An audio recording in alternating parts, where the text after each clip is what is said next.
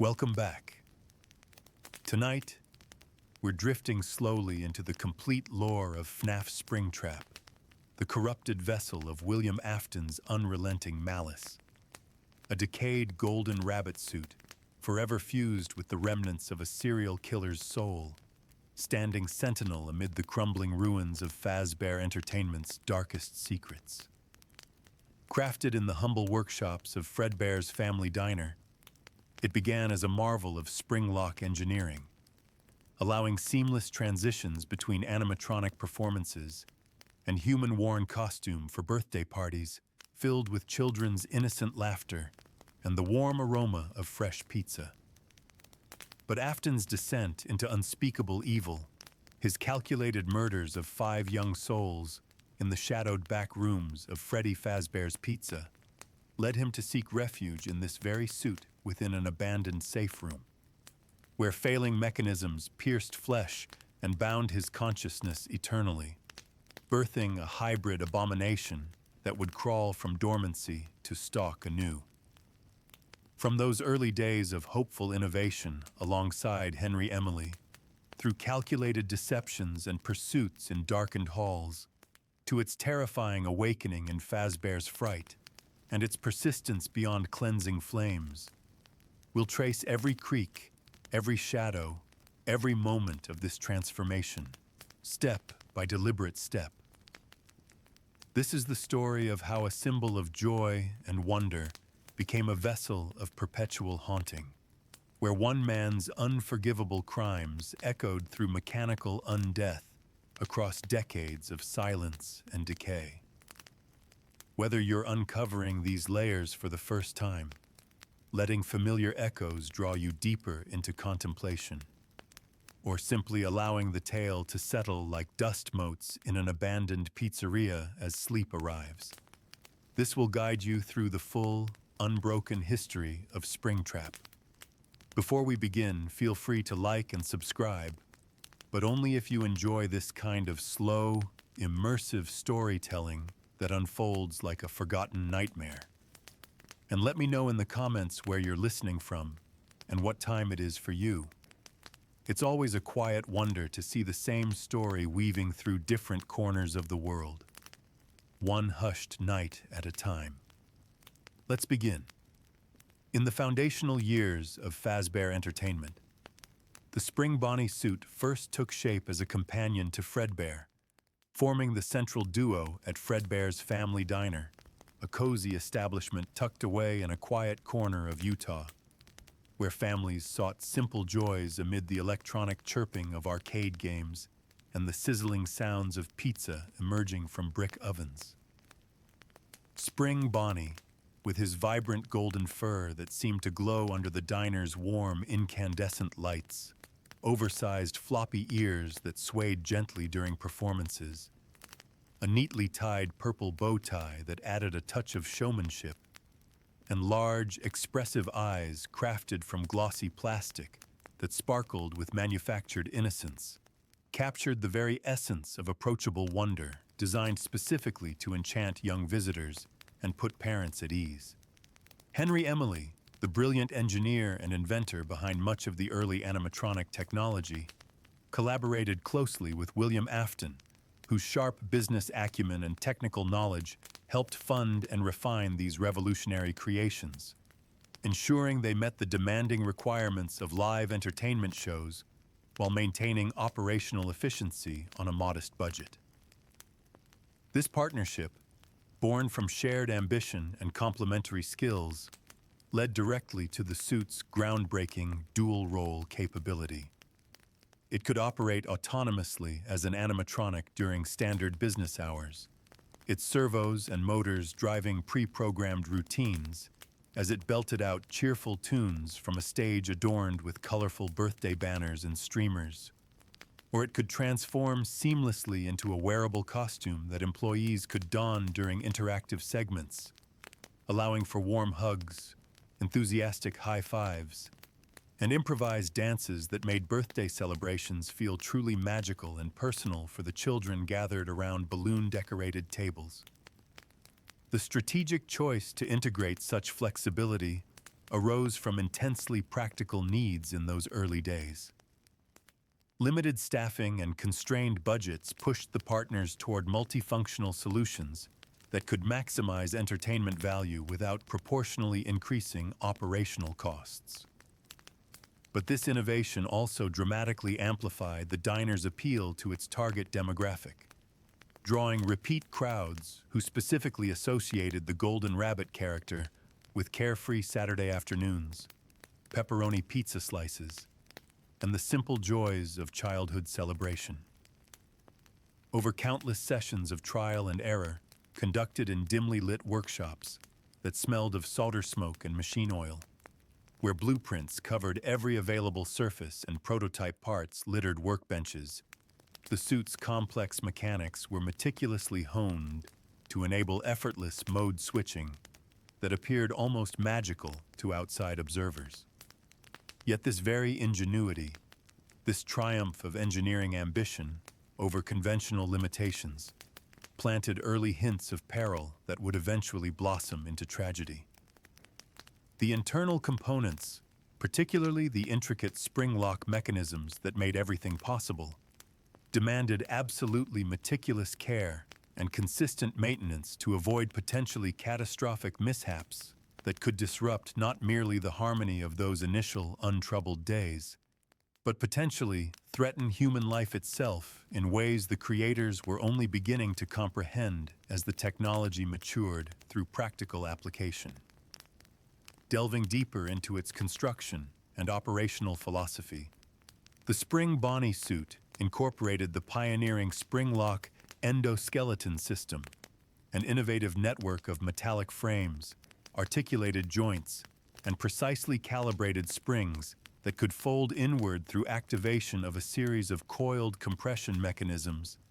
effectively clearing interior space for a human wearer without compromising the costume's external appearance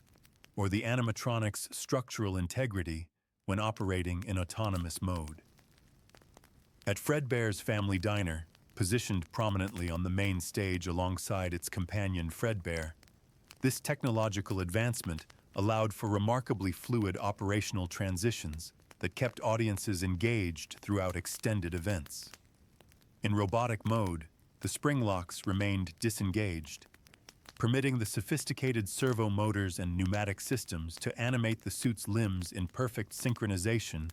with pre-recorded audio tracks played through cleverly concealed speakers embedded in the stage floor and ceiling, creating convincing illusions of lively banter between Spring Bonnie and Fredbear that delighted children and impressed adults with its technical sophistication. The characters would gesture, dance, and interact in ways that seemed almost alive, their movements carefully choreographed to match vocal performances that told simple stories about friendship, kindness, and the joy of celebration. For suit mode, which required human occupation and control, a sturdy hand crank mechanism, accessible through a discrete maintenance panel, cleverly hidden in the chest cavity, could be manually operated to wind the internal springs tight, effectively locking the endoskeleton components flat against the padded interior lining to prevent any interference with the performer's natural movements, breathing, or comfort during what could be extended performance periods, during busy weekend shifts, or special event bookings. The exterior was constructed from resilient synthetic fabrics carefully selected for durability, stretched over reinforced alloy support structures that provided both shape retention and protection for the delicate internal mechanisms. Employee manuals, distributed during mandatory orientation sessions that all costume performers attended before their first shift, outlined detailed safety protocols including critical warnings about avoiding any liquids near the spring lock mechanisms to prevent rust formation or dangerous slippage of the compressed components, maintaining proper posture to avoid putting undue stress on the locking pins, and never making sudden or jerking movements while wearing the suit that might dislodge the carefully balanced mechanical systems. This elaborate setup emerged directly from Emily and Afton's shared ambition to elevate family entertainment beyond the limitations of static displays and simple costumed characters,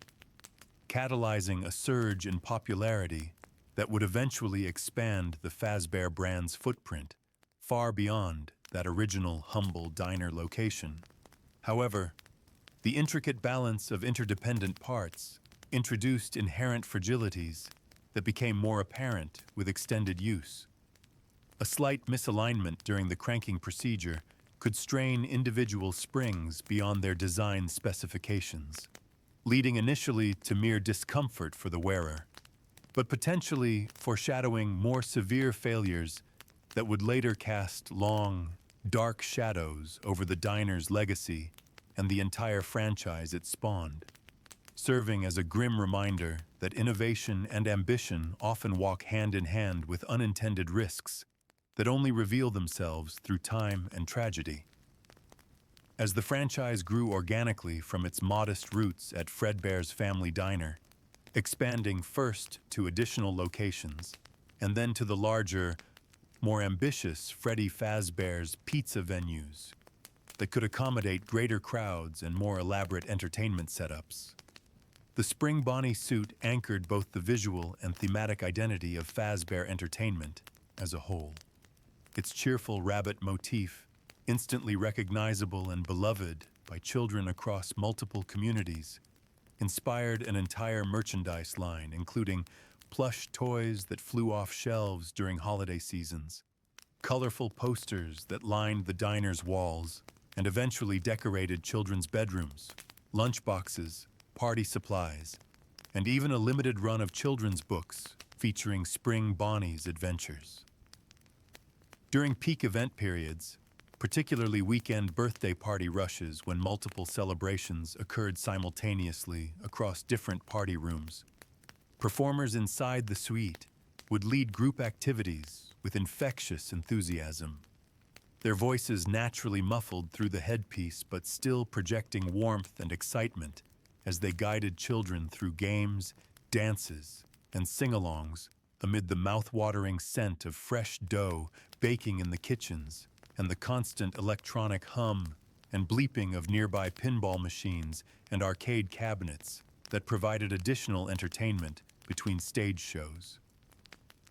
The suit's significance in the developing canon lies fundamentally in how it bridged human warmth and authentic emotional connection with mechanical precision and reliability,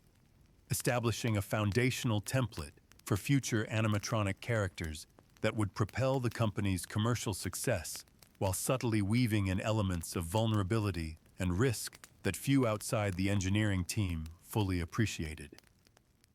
The dual nature of the suit not only enhanced customer engagement in measurable ways,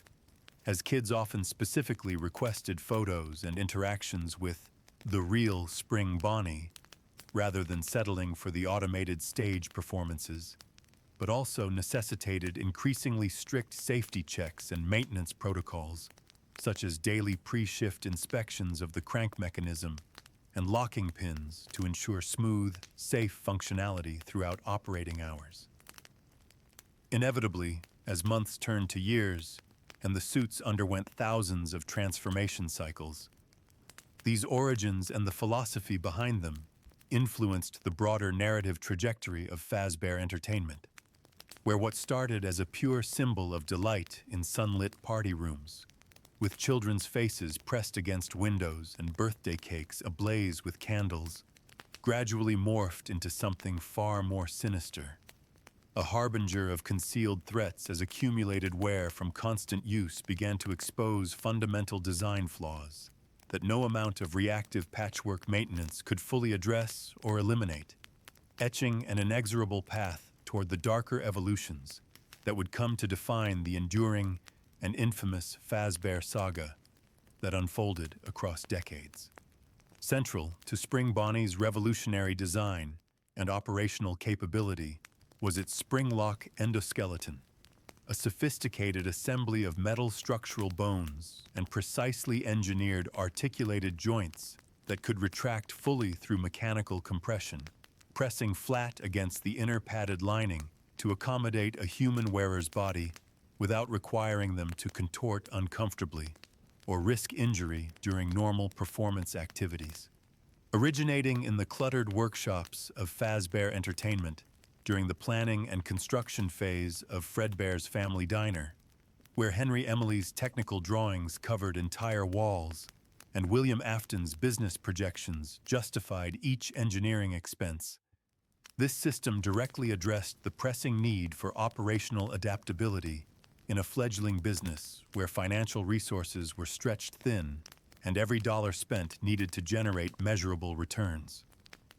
By incorporating carefully calibrated coiled springs and precision-manufactured locking pins into the endoskeleton structure, the entire rigid framework could be compressed via a manual crank mechanism,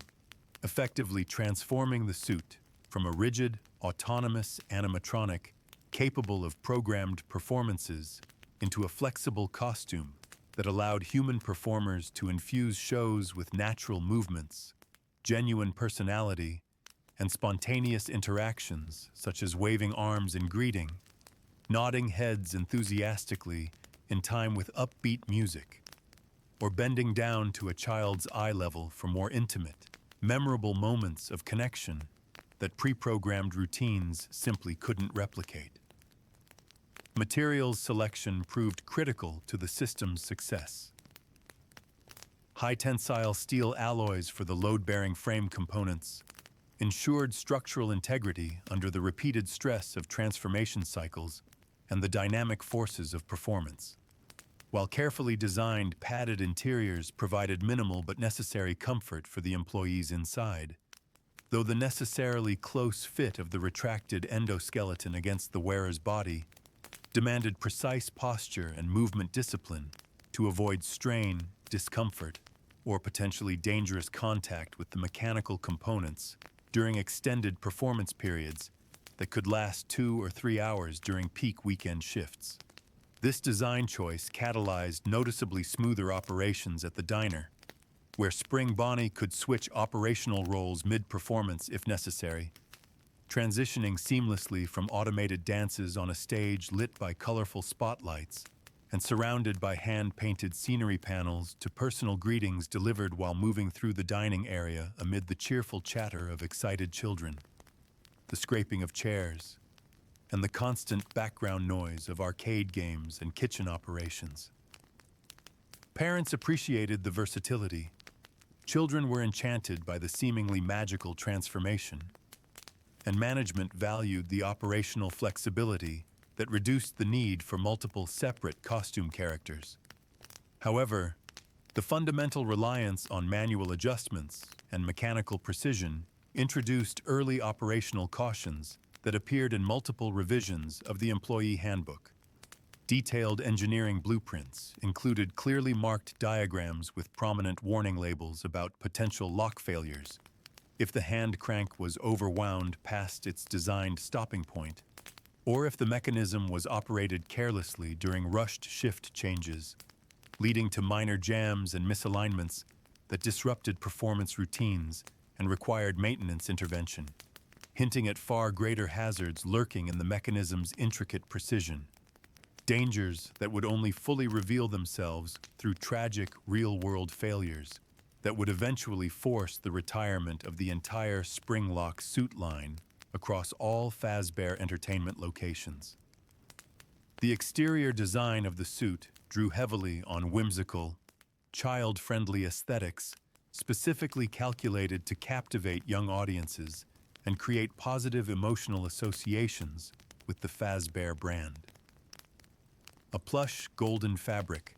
carefully selected for its visual appeal under stage lighting and its durability under constant handling,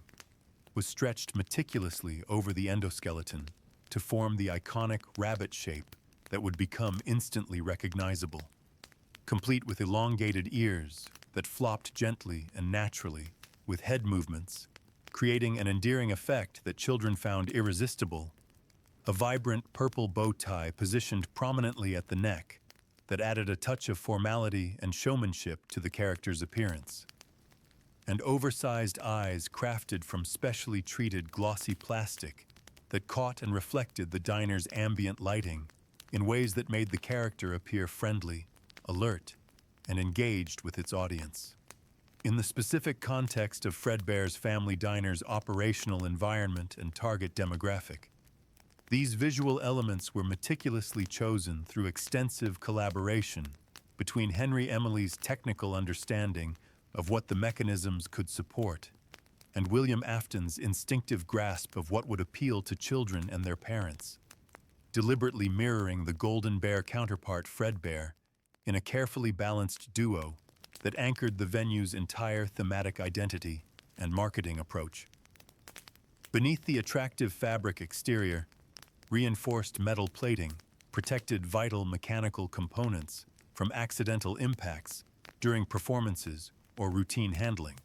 while subtle articulations built into the joints allowed for genuinely expressive poses and gestures, whether operating in autonomous robotic mode or occupied suit mode. Cleverly disguised ventilation slits, integrated into the design as apparently decorative elements, helped dissipate heat generated by internal motors and electronics during extended operation, preventing overheating that could damage sensitive components or make suit mode unbearably uncomfortable for performers during long shifts. But these same necessary openings also permitted entry of environmental hazards, including dust, moisture from spilled drinks, and food particles, contaminants that employee guidelines strictly advised against allowing near the mechanisms to maintain optimal functionality and prevent the kind of cumulative degradation that could compromise safety systems. This careful visual and structural harmony between form and function propelled the suit's popularity dramatically as families returned specifically to witness the lively, seemingly spontaneous interactions between the characters and audience members that made ordinary meals and simple birthday celebrations feel like genuine adventures and special memories. Parents shared positive experiences with friends and neighbors. Word-of-mouth marketing proved exceptionally effective,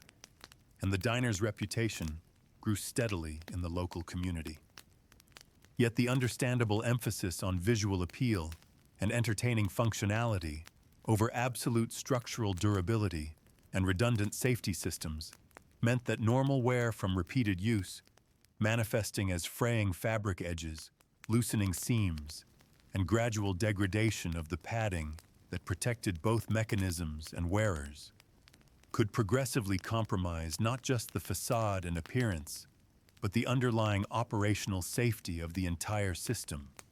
weaving subtle but inexorable threads of vulnerability into the very fabric of the entertainment experience that seemed so innocent and joyful on the surface. Safety protocols embedded directly in the suit's engineering blueprints and extensively detailed in training documentation underscored a foundational commitment to operational precaution,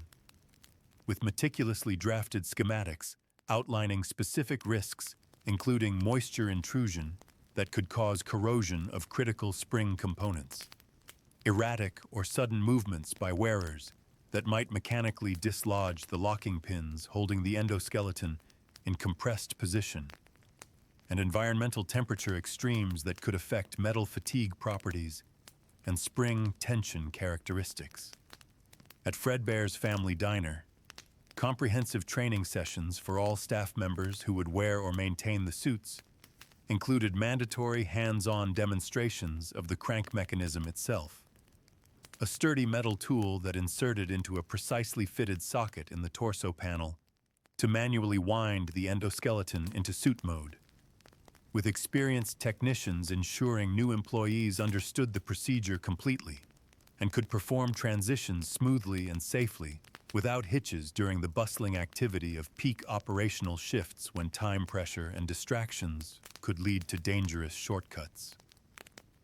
Prominent warnings printed in bold red text on maintenance logs and checklists cautioned specifically against breathing heavily or panting while inside the suit, as exhaled humidity could accumulate in the enclosed space and potentially trigger dangerous slippage of the springlock mechanisms, and emphasized the critical importance of maintaining stable footing on level surfaces to prevent accidental shifts in weight distribution or sudden movements that might stress the locking systems beyond their design tolerances. These extensive safety measures arose directly from early prototype testing phases conducted before the diner's public opening, where William Afton and Henry Emily iteratively refined designs through practical trials, documenting failures and implementing improvements to minimize accident risks, ultimately making the springlock suit system a reliable pillar of Fazbear's early entertainment attractions that successfully blended cutting-edge technology with heartfelt, human-centered performances that audiences genuinely loved. In the developing canon and operational history of Fazbear Entertainment, this documented focus on comprehensive safeguards highlighted the inventor's initial genuine optimism and responsible engineering approach. Positioning Spring Bonnie and the springlock technology as a beacon of innovation that successfully drew crowds, built the brand's regional and eventually national reputation, and generated the revenue streams that funded continued expansion into new markets and locations.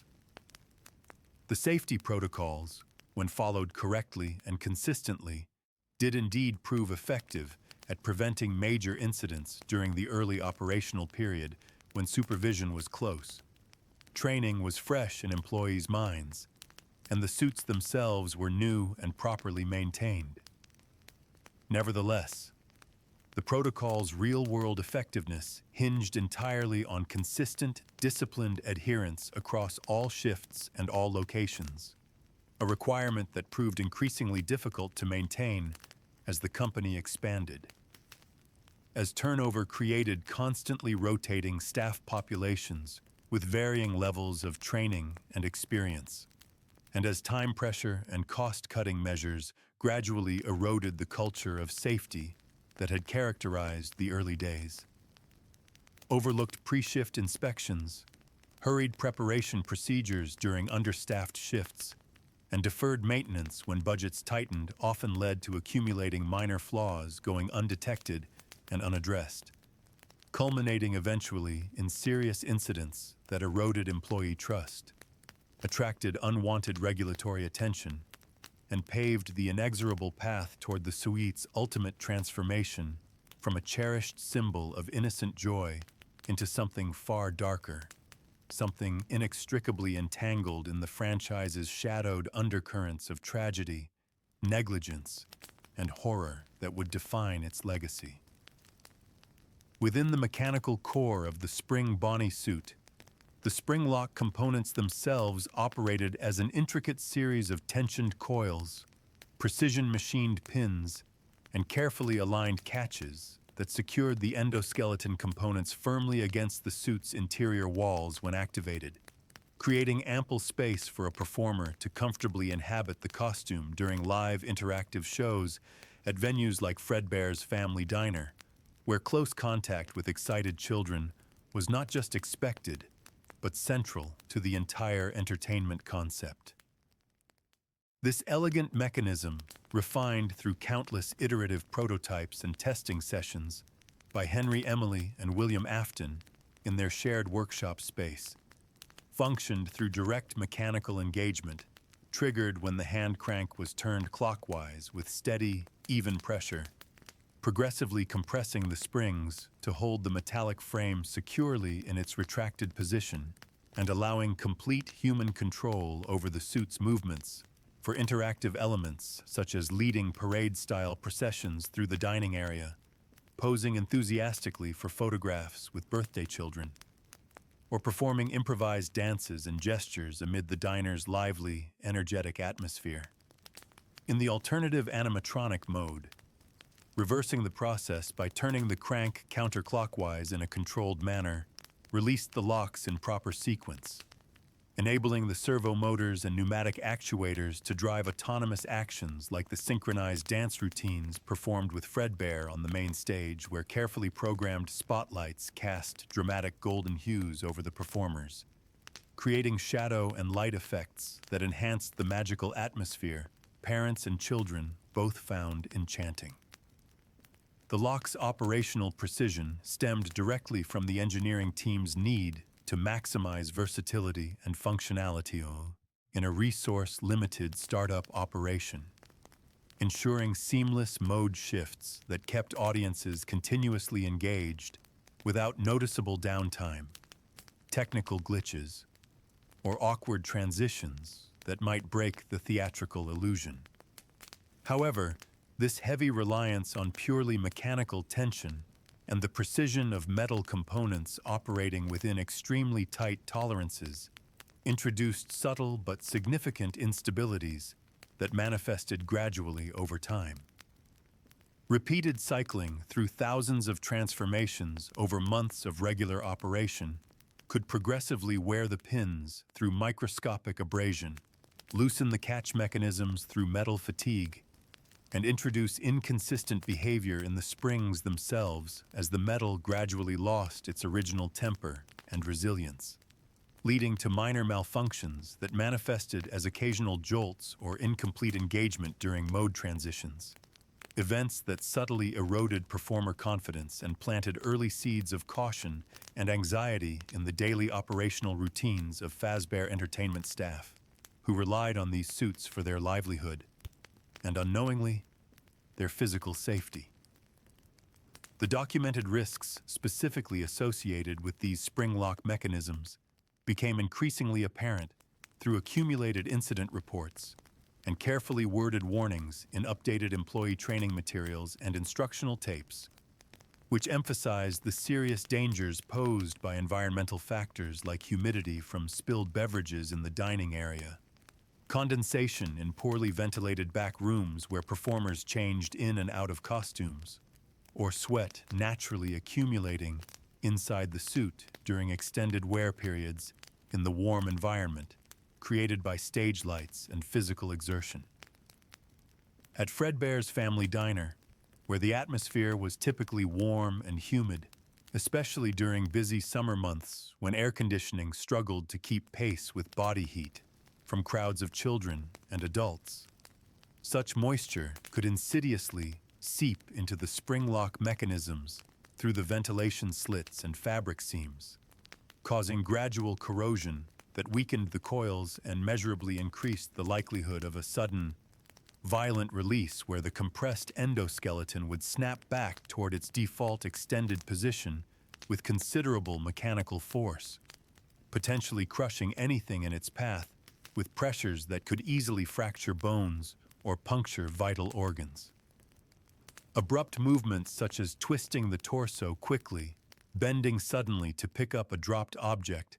or even stumbling on an uneven surface while wearing the suit were specifically flagged as dangerous triggers in the safety documentation.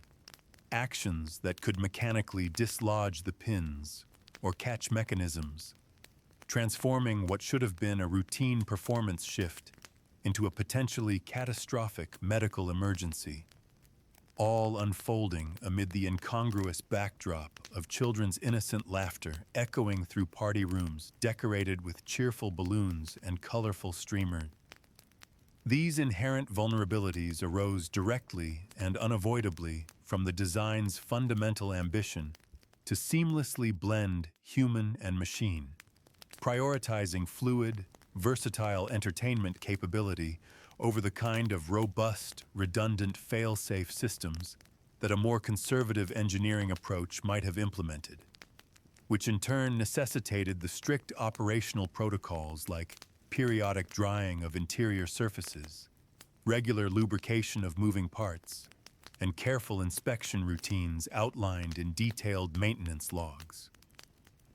Consequently, as the suits aged and operational pressures mounted, documented incidents of minor failures began to surface with concerning regularity. Locks sticking partially during engagement, springs catching unexpectedly during routine movements, and incomplete compressions that left the endoskeleton uncomfortably pressing against the wearer's body, fostering a developing culture of heightened vigilance among experienced employees who learned through trial, error, and close calls to move with deliberate care and constant awareness. Though such adaptive measures and learned caution could only mitigate rather than eliminate the inherent perils that lurked in the shadows of the diner's cheerful facade, dangers that would eventually manifest in their full, horrifying potential. In the broader strategic context of Fazbear Entertainment's evolution from a single diner to a regional chain with ambitions for national expansion, the springlock functionality and its associated risks underscored a pivotal trade-off in the company's early innovative approach, where the aggressive pursuit of immersive, memorable entertainment experiences at Fredbear's Family Diner and subsequent locations often overshadowed or minimized long-term safety considerations in ways that would prove consequential. The detailed protocols instructed suit wearers to remain calm and completely immobile if they suspected any malfunction, advising slow, controlled breathing to avoid exacerbating humidity buildup that might precipitate a catastrophic failure, and to signal for immediate technical assistance rather than attempting to exit the suite independently. This mattered profoundly in the developing canon, because the springlock suit's dual-role efficiency and the crowd appeal they generated directly built the franchise's reputation for dynamic, engaging, shows that set Fazbear Entertainment apart from competitors offering more conventional entertainment options, driving the business success that funded expansion and attracted investors. Yet their mechanical fragility and sensitivity to environmental conditions invited accidents that rippled through the timeline in widening circles of consequence. From isolated backstage mishaps that were quietly handled and never publicly disclosed, to more serious incidents that required hospital treatment and generated incident reports that accumulated in corporate files,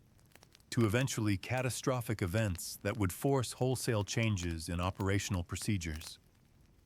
Over years of intensive operation across multiple locations, accumulated wear from routine use, environmental exposure, and occasional maintenance shortcuts taken under time and budget pressure, frayed wiring insulation, bent pins through repeated stress cycles, and degraded the spring's mechanical properties through metal fatigue, progressively amplifying the dangers that the safety protocols could no longer adequately contain, leading to persistent whispers among staff about the suit's fundamental unreliability and creating an undercurrent of fear that would eventually prove tragically justified, setting the stage for the tragedies that would redefine the Golden Rabbit's legacy from symbol of childhood joy to something far darker and more sinister.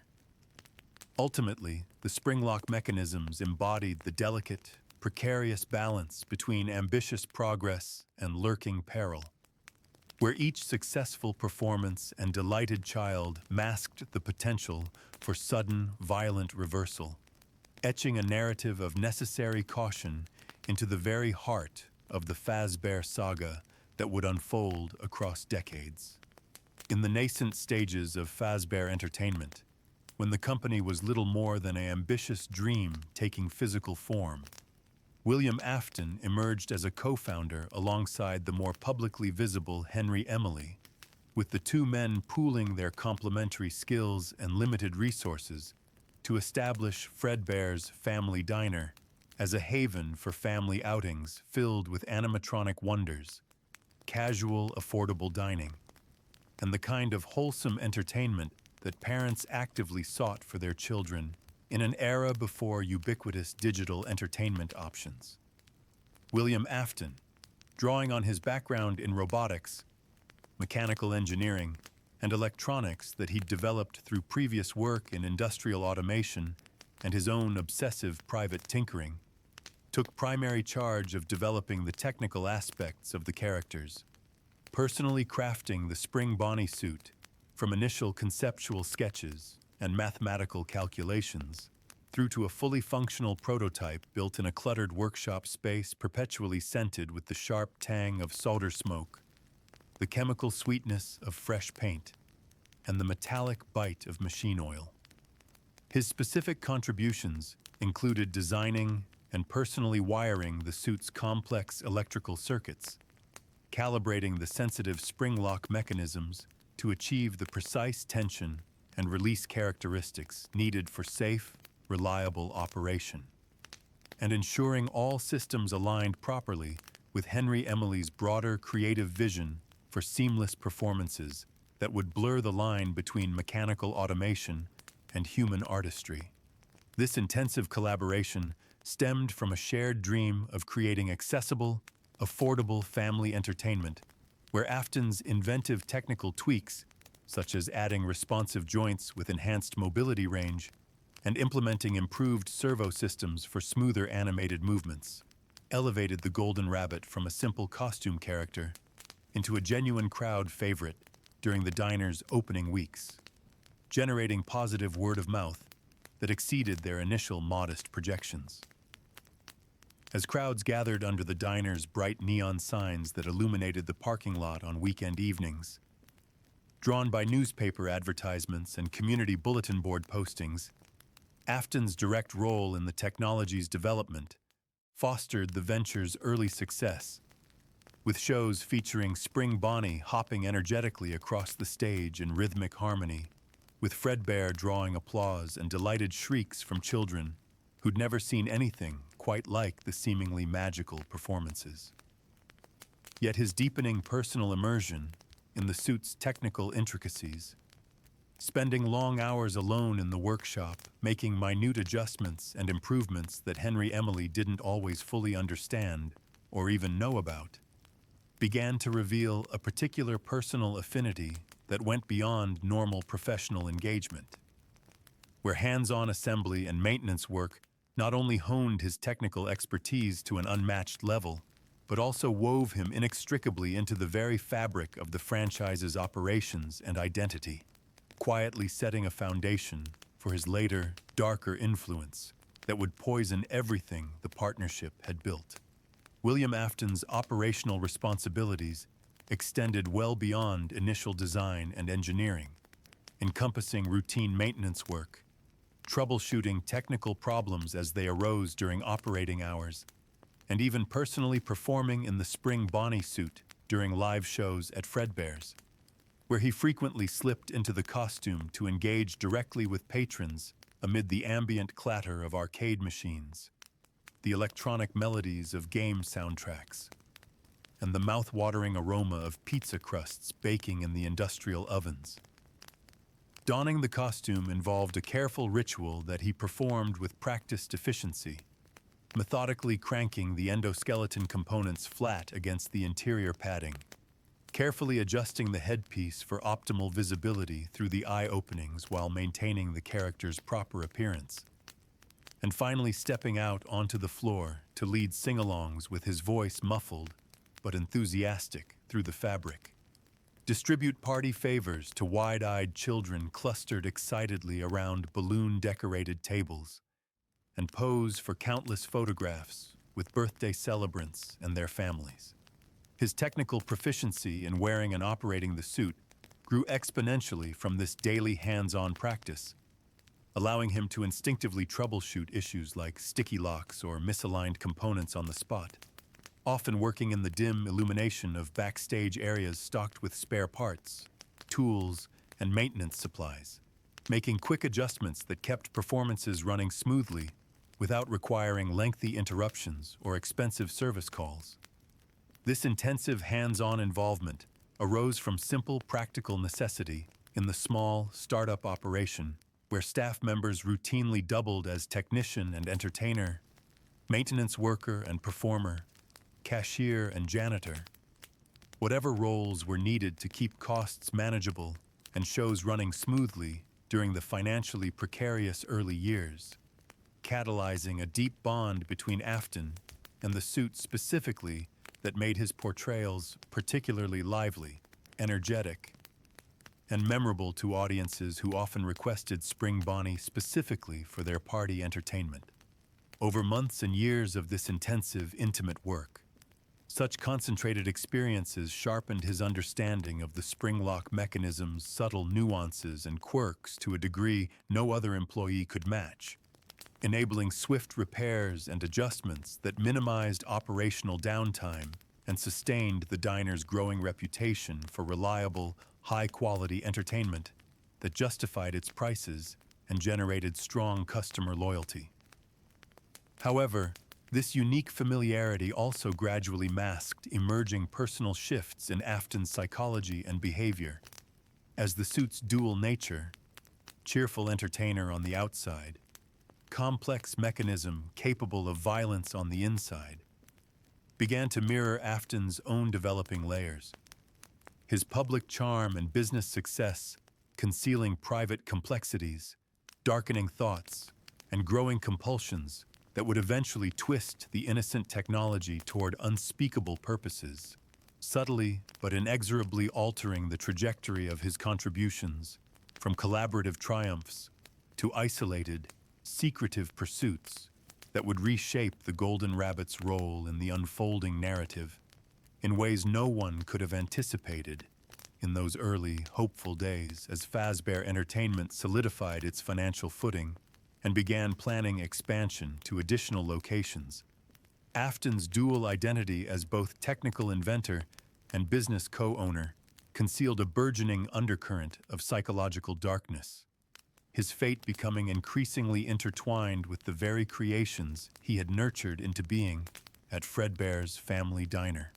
In boardroom discussions with potential investors and late-night work sessions poring over engineering blueprints spread across every available surface, he carefully balanced financial strategies with mechanical innovations, advocating persuasively for expansion investments that promised growth and profitability, while personally overseeing technical modifications to the suits, perhaps reinforcing structural frames to handle wear better, enhancing audio systems for clearer vocal reproduction during performances, or experimenting with improvements to the springlock mechanisms that only he fully understood.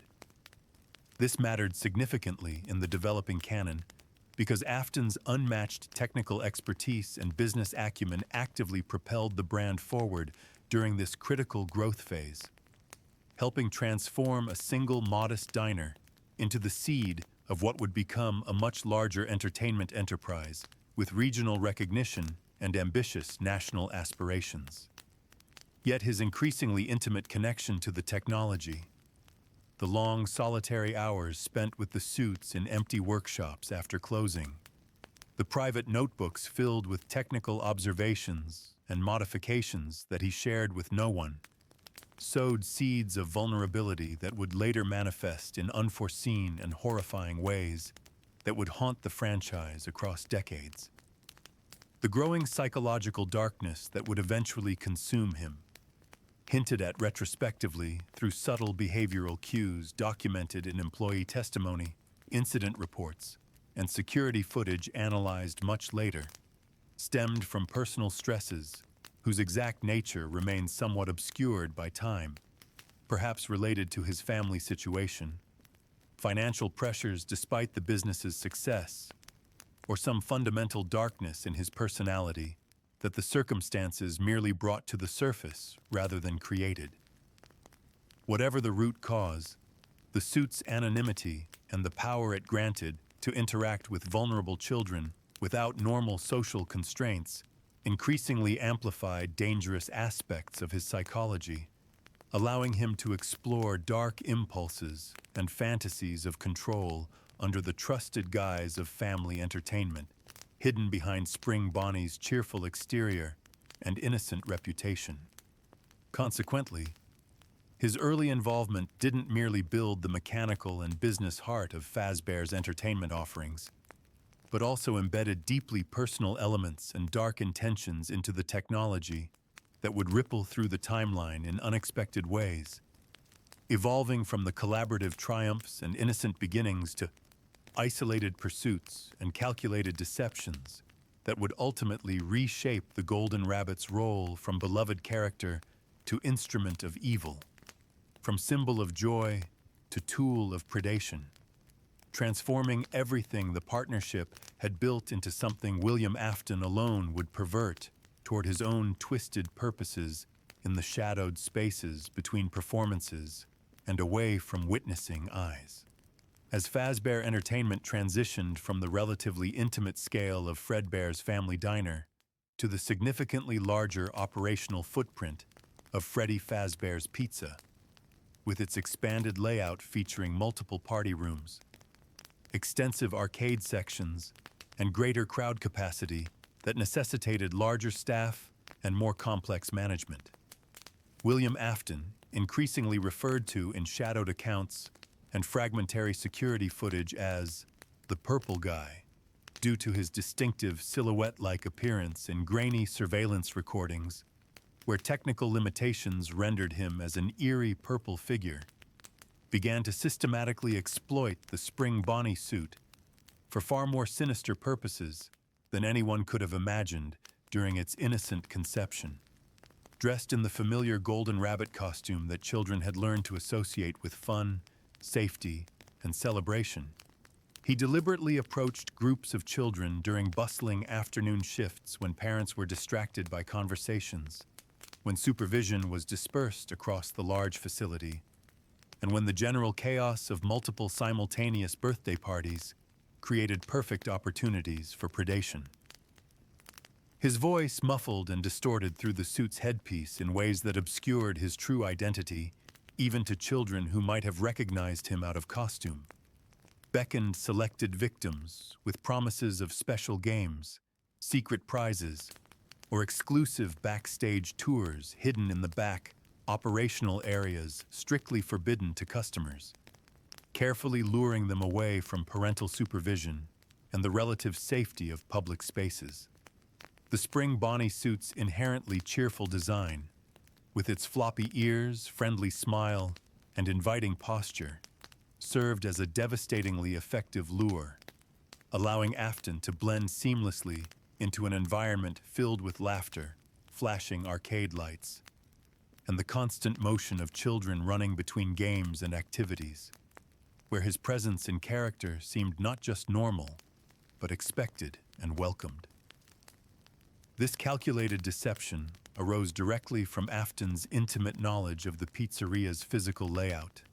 operational procedures, security blind spots, and staff routines, allowing him to navigate service corridors, storage spaces,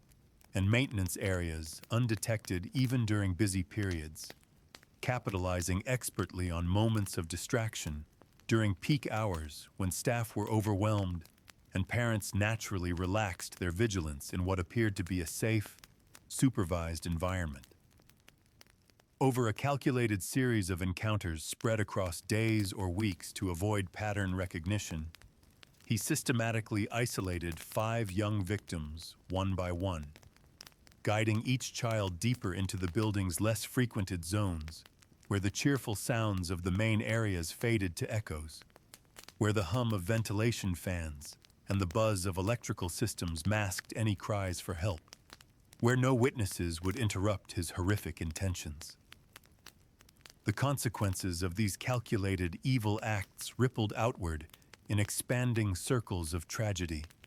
permanently staining the once vibrant establishment with an undercurrent of profound loss that parents instinctively sensed even without understanding its source.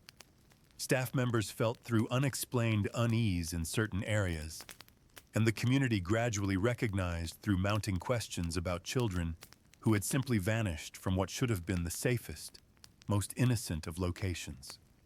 initiating a chain of supernatural events and possessions that would come to define the entire franchise's tormented, haunted trajectory across all subsequent decades.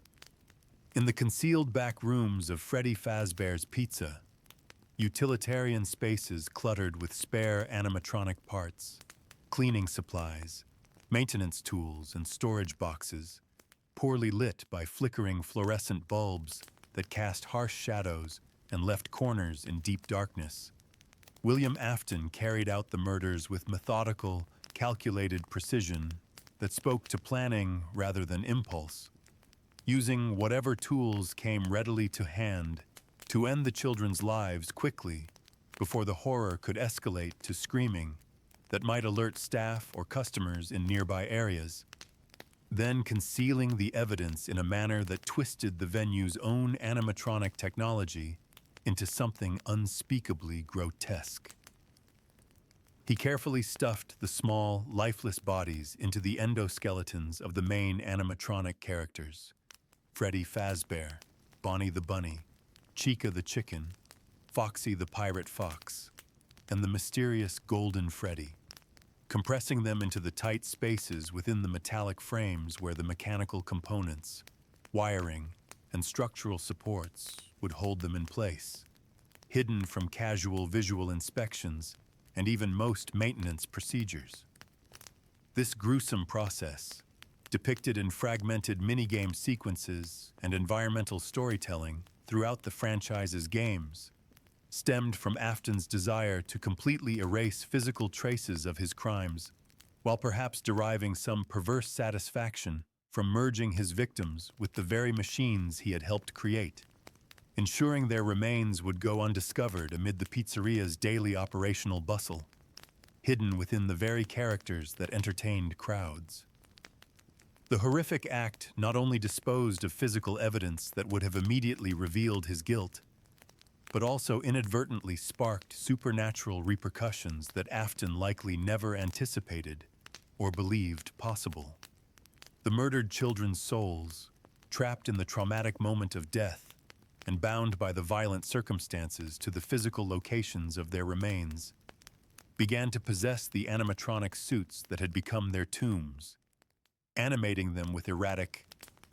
unnatural movements that began subtly but grew increasingly obvious, their eyes glowing with unnatural light in darkened rooms, their behaviors deviating from programmed routines in ways that deeply unnerved night shift security guards in the weeks and months following the murders. As a direct result of these possessions,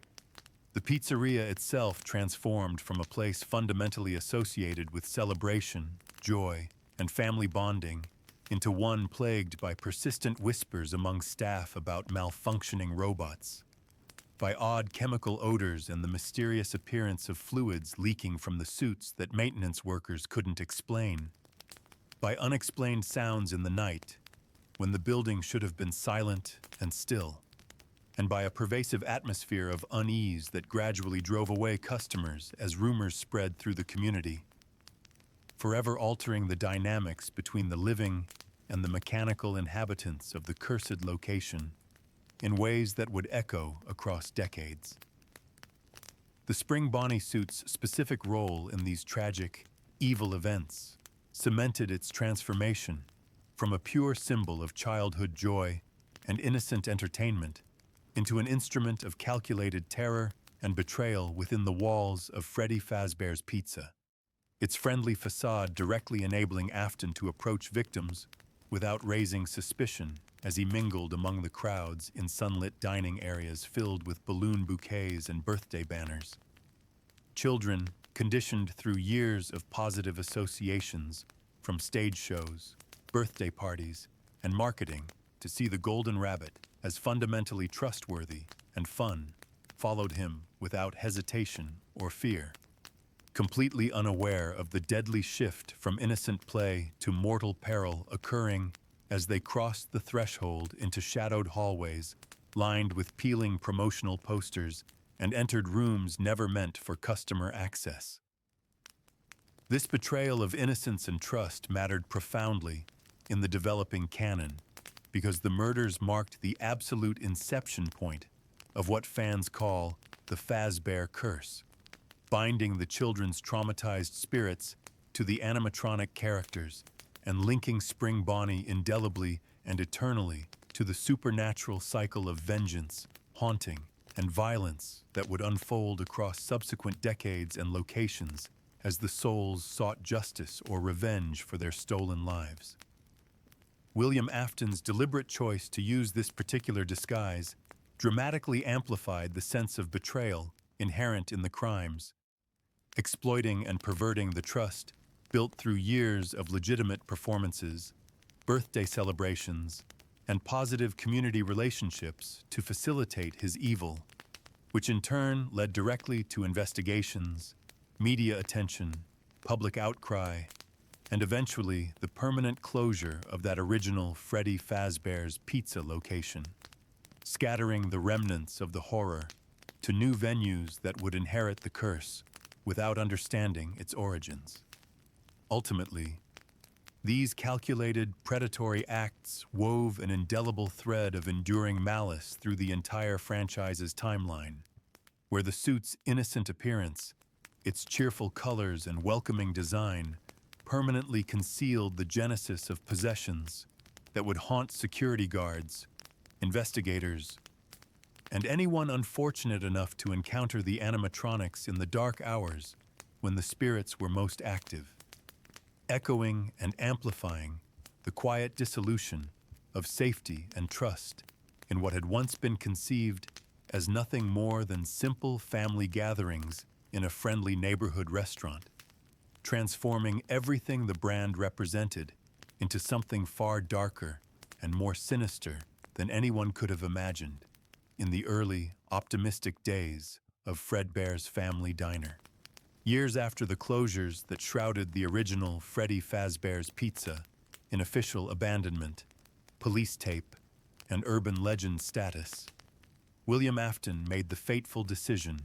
to return to the derelict building under cover of darkness, driven by a compulsion whose exact nature remains somewhat unclear. Perhaps paranoia about evidence, obsession with his crimes, or a perverse desire to revisit the scenes of his greatest evils, navigating through the site amid crumbling walls, dust-laden floors that recorded every footstep, and the silent hulks of arcade cabinets standing like forgotten sentinels in the darkness, their screens long dark and their coin slots empty.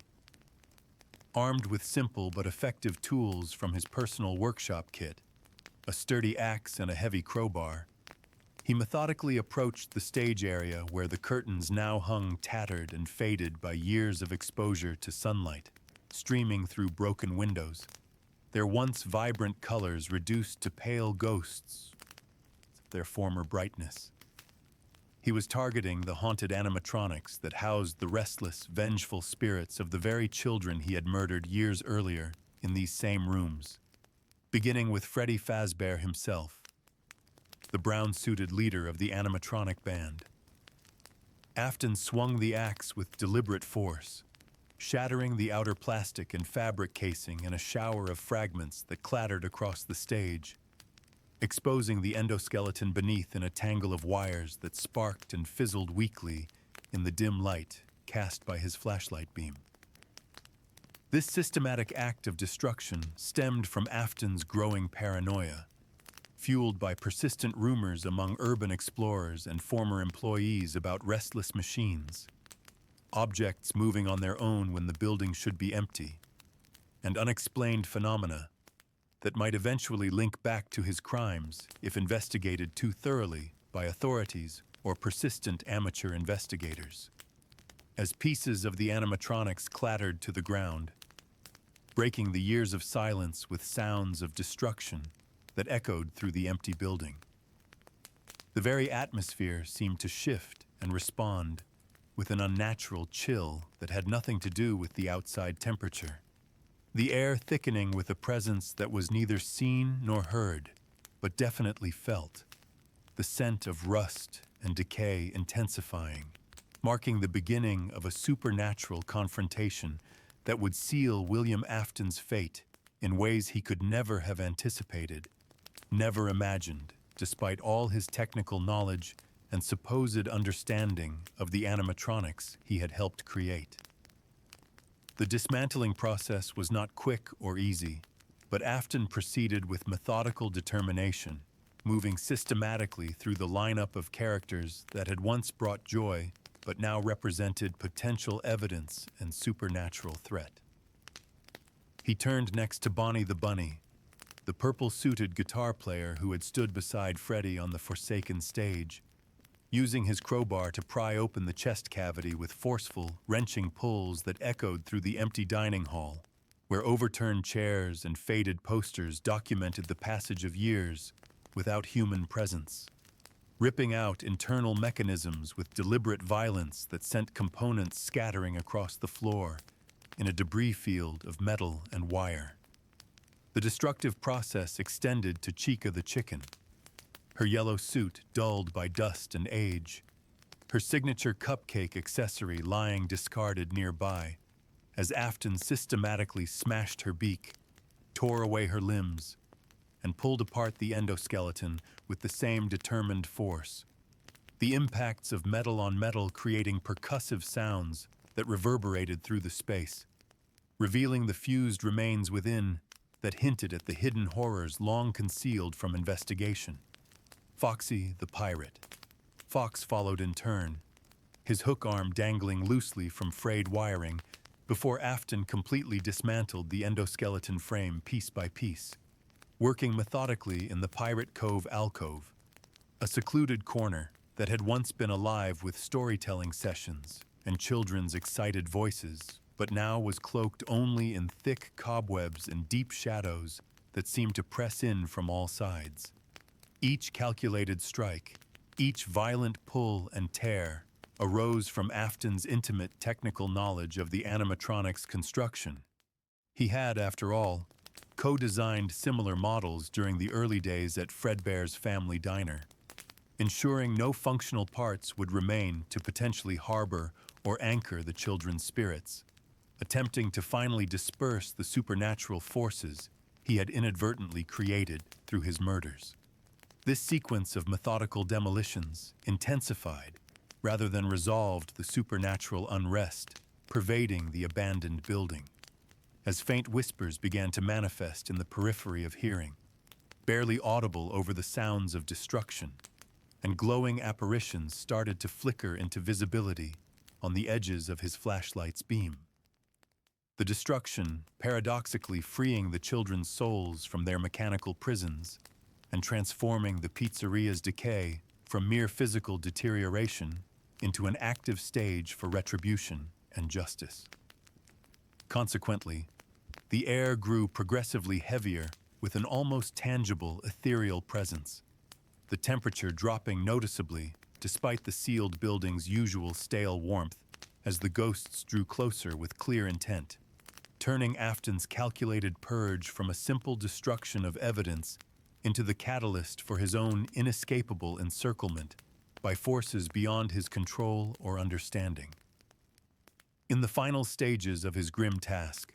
Afton methodically addressed the last remnants of the animatronic band, ensuring every character, Freddy, Bonnie, Chica, and Foxy, lay in irreparable heaps scattered across the floor, their optical sensors dark and lifeless, their bodies twisted into unnatural configurations amid the spreading debris field of wires, torn fabric scraps, and broken servo motors that littered what had once been a festive performance space at Freddy Fazbear's Pizza. This comprehensive dismantling carried deep significance in the developing canon because it represented Afton's desperate attempt to permanently sever all ties with his murderous legacy, to destroy the physical vessels that anchored the children's spirits and erase the supernatural consequences of his actions before they could somehow lead to his exposure or punishment. Yet the destruction inadvertently achieved the opposite effect, amplifying rather than ending the hauntings by liberating the spirits from their mechanical constraints, allowing them to pursue him directly through the darkened corridors without the limitations of animatronic bodies, no longer bound to specific physical forms or programmed movement patterns. The motivation for this risky return traced directly back to Afton's escalating fears of exposure, as the possessed suit's increasingly erratic behaviors during the building's final operational period had sparked local urban legends, attracted unwanted attention from curiosity seekers and paranormal enthusiasts, and created the risk that eventually authorities or dedicated investigators might discover the truth concealed within the machinery, compelling him to act before that discovery could occur. As he surveyed the wreckage illuminated by his flashlight beam, scattered tools at his feet, and sweat on his brow despite the unnatural cold, A brief sense of triumph flickered through his consciousness. Surely this destruction meant safety, meant the evidence was finally gone. The spirits dispersed, the past truly buried. But that hollow victory dissolved almost immediately into profound, growing unease as translucent forms began to coalesce from the very shadows themselves,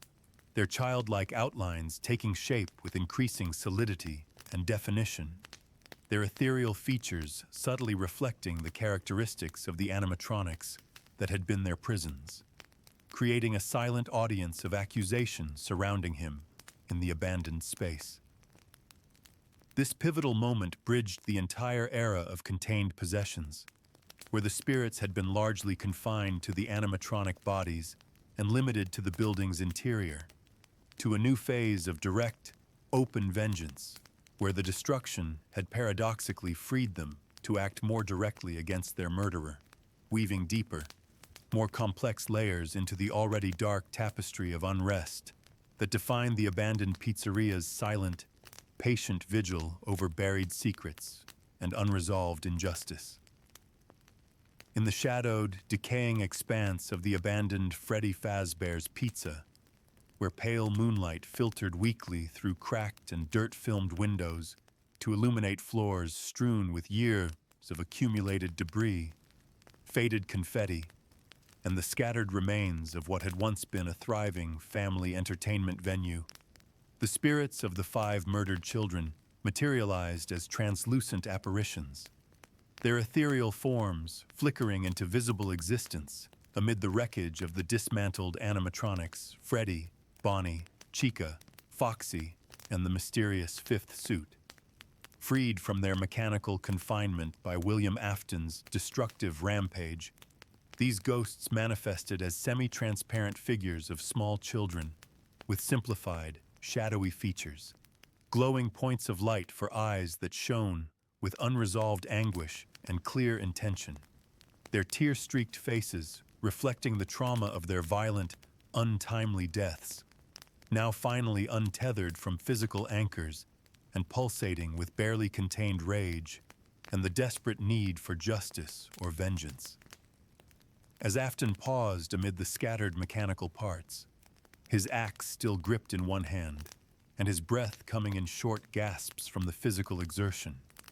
the air around him grew unnaturally, impossibly cold, carrying whispers that swelled gradually into accusatory echoes, reverberating through the empty corridors lined with peeling wallpaper and overturned dining tables.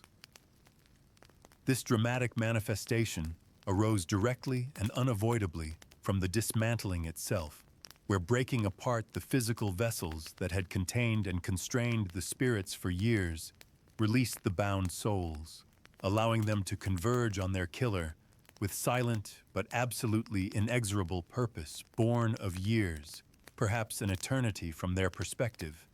trapped in mechanical limbo, aware but unable to act, watching but unable to speak, remembering everything. The pizzeria's once festive halls, where children had celebrated birthdays and families had shared meals, transformed utterly into a nightmarish labyrinth of pursuit as the ghosts glided forward with unnatural movement that defied physics, their presence stirring dust motes that swirled in the flashlight beam's glow, marking an irreversible shift from contained supernatural haunting to open, direct reckoning that closed in with each passing moment, each shallow breath, each desperate glance Afton cast around the darkening space. Sensing the approaching dread, with every instinct suddenly screaming danger, William Afton dropped his tools with a clatter that echoed through the silent building and bolted frantically through the darkened rooms of the pizzeria, his footsteps pounding desperately against creaking floorboards that groaned under his weight as he navigated past skeletal remains of arcade machines, overturned storage crates shrouded in cobwebs, and through doorways he'd walked through countless times before, but never with this terrible urgency. The children's spirits trailed relentlessly in his wake, their glowing outlines maintaining an impossible, supernatural pace, faintly child-shaped with those terrible, sorrowful expressions that carried the weight of stolen futures, hovering just beyond his reach as he ran, but phasing effortlessly through physical obstacles that Afton had to dodge around or vault over, their otherworldly grace contrasting starkly with his clumsy, panicked human scramble. Driven purely by raw survival instinct overriding all conscious thought, he darted from the main dining area's open space into narrow side passages where emergency lighting had long since failed, where the darkness pressed in from all sides, where his harsh breathing and pounding footsteps created the only sounds beyond the whispers that seemed to come from everywhere and nowhere simultaneously. The pursuing ghosts' forms grew progressively brighter and more defined with proximity, as if his fear itself fueled their manifestation, as if their rage drew strength from his terror in a perverse reversal of the power dynamic he'd once held over them in life. This desperate pursuit stemmed from the deep-seated rage of unfinished business, the children's souls seeking justice for the lives violently stolen from them in these very rooms years earlier, when they'd trusted a figure in a spring Bonnie suit, when they'd followed that figure thinking they were safe, when everything had gone so terribly, irreversibly wrong. The dynamic had completely reversed, turning the tables on the man who had once been the predator, reducing the calculated killer to just another frightened figure fleeing desperately through the abandoned party zones, chased by consequences he'd never imagined would manifest in such literal, undeniable form. As Afton weaved frantically through the maze of abandoned sections, past silent stages and locked doors that rattled uselessly in their frames when he tried them in desperation, the ethereal figures effortlessly closed gaps, their silent advance more terrifying than any scream or threat, their glowing presence illuminating faded murals of happy animatronic characters and scattered toys that once symbolized innocent joy, but now bore witness to this supernatural retribution playing out in the building's hollow shell. This pivotal, terrifying encounter in the forsaken Freddy Fazbear's Pizza underscored the inexorable nature of supernatural repercussions woven deeply into the Fazbear lore, where Afton's desperate flight from room to room, past silent stages draped in tattered curtains and doors that led nowhere useful, highlighted how his own actions, years earlier, had birthed this cycle of vengeance that no physical barrier could halt. No locked door could stop. No amount of running could escape. The children's spirits, embodying familiar traits from the animatronics that had been their prisons yet now liberated into pure spectral energy, unconstrained by servo motors or metal joints, pursued with quiet intensity that spoke of absolute determination. Their ethereal glow illuminating faded murals and scattered toys that once symbolized childhood joy, but now served as silent witnesses to this moment of judgment. In canon, this moment carried immense weight because it fundamentally reversed the power dynamic that had defined Afton's crimes, transforming the predator into prey, the hunter into the hunted, illustrating the enduring supernatural bond between the victim's remnants and their tormentor that transcended death itself, that persisted beyond physical destruction, that would pursue justice or vengeance regardless of time or obstacles. Afton's increasingly panicked evasion, his racing heart and desperate gasps as he frantically tried doors that had been sealed for years, fueled by mounting terror as each dodged corner or slammed door bought mere seconds before the pursuit resumed, only deepened the ghost's collective resolve as the chase continued through rooms where birthday parties had once brought laughter, where arcade games had once brought excitement, where everything had once been innocent before Afton had poisoned it all. Each moment of the pursuit fostered an atmosphere thick with unresolved tension, heavy with the weight of crimes demanding answer, charged with supernatural energy that made the air itself feel oppressive and difficult to breathe, ultimately encapsulating the franchise's core theme of inescapable haunting consequences, where past sins manifested not merely as vague guilt or distant karma,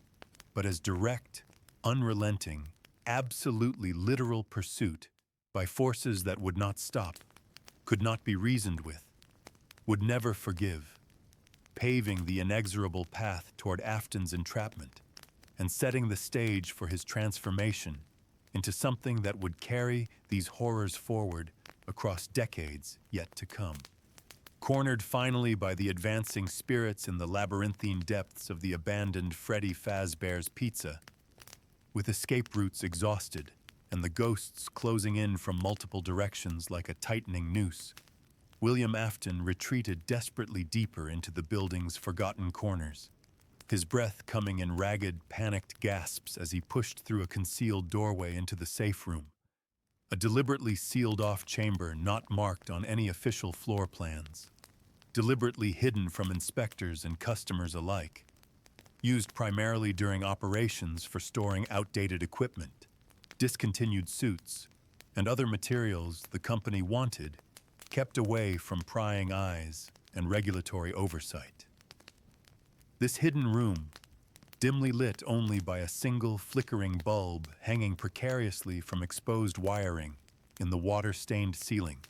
housed stacks of dusty arcade components no longer in working order, crumpled promotional posters from previous marketing campaigns,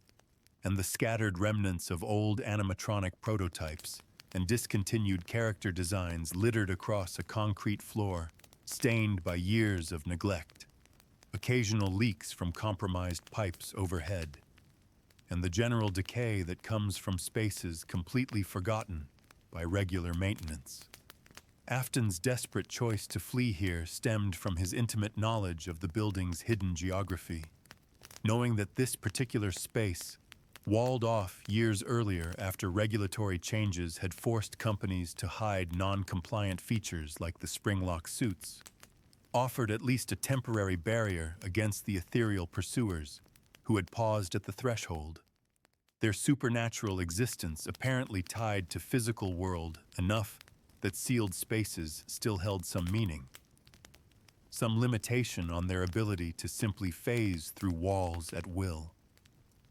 As he slammed the heavy metal door shut behind him, with a resounding boom that echoed through the confined space, the air immediately felt different. Staler, heavier, laden with the musty scent of mildew and oxidizing metal, and the ghost's insistent whispers faded to a more distant hum, granting him a momentary reprieve from the immediate terror of direct pursuit amid the clutter of forgotten relics where shadows danced eerily along walls still adorned with faded technical schematics. This sanctuary, originally intended for emergency storage during the pizzeria's operational days,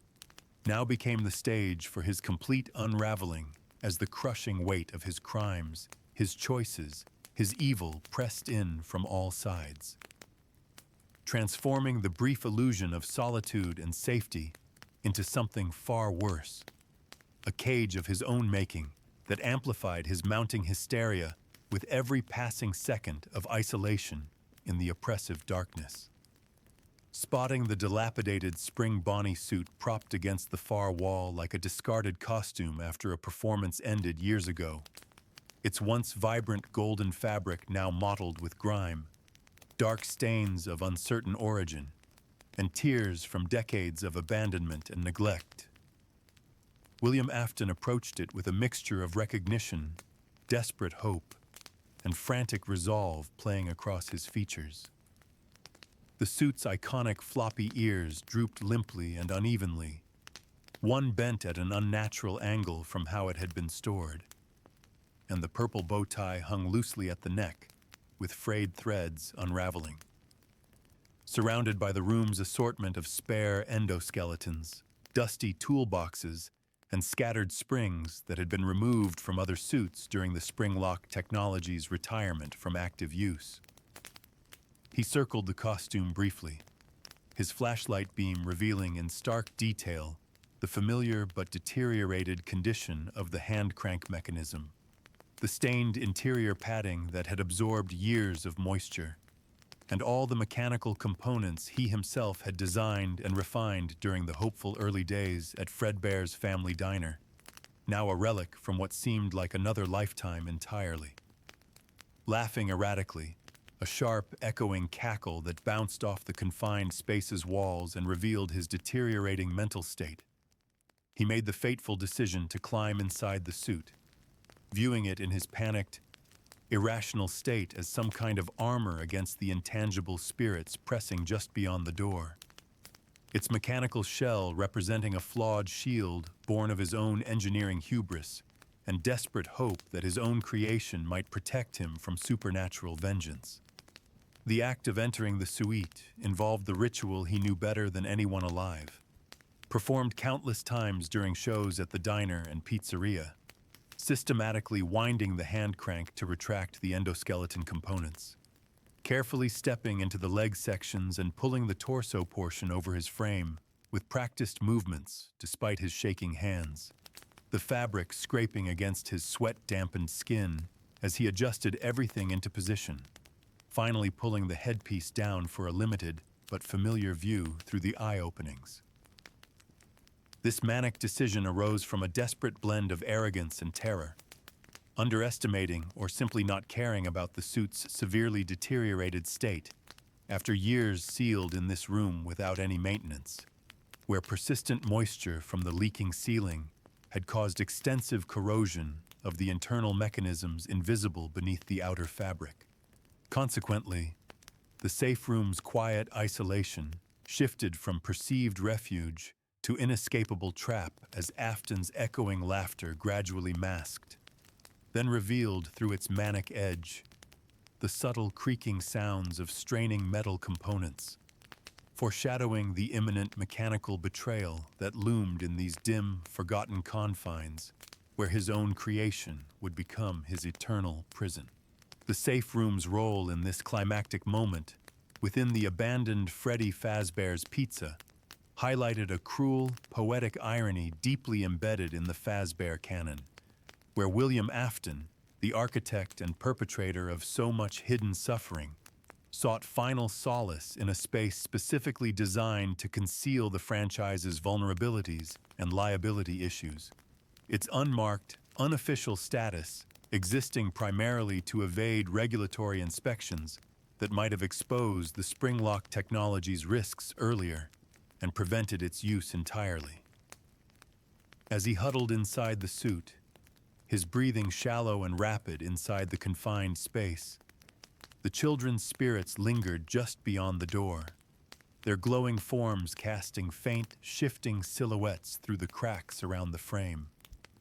Patient in their vigil, as if somehow aware of the impending justice that needed no direct intervention from them. This mattered profoundly because the room itself encapsulated the entire theme of buried secrets resurfacing with terrible consequences,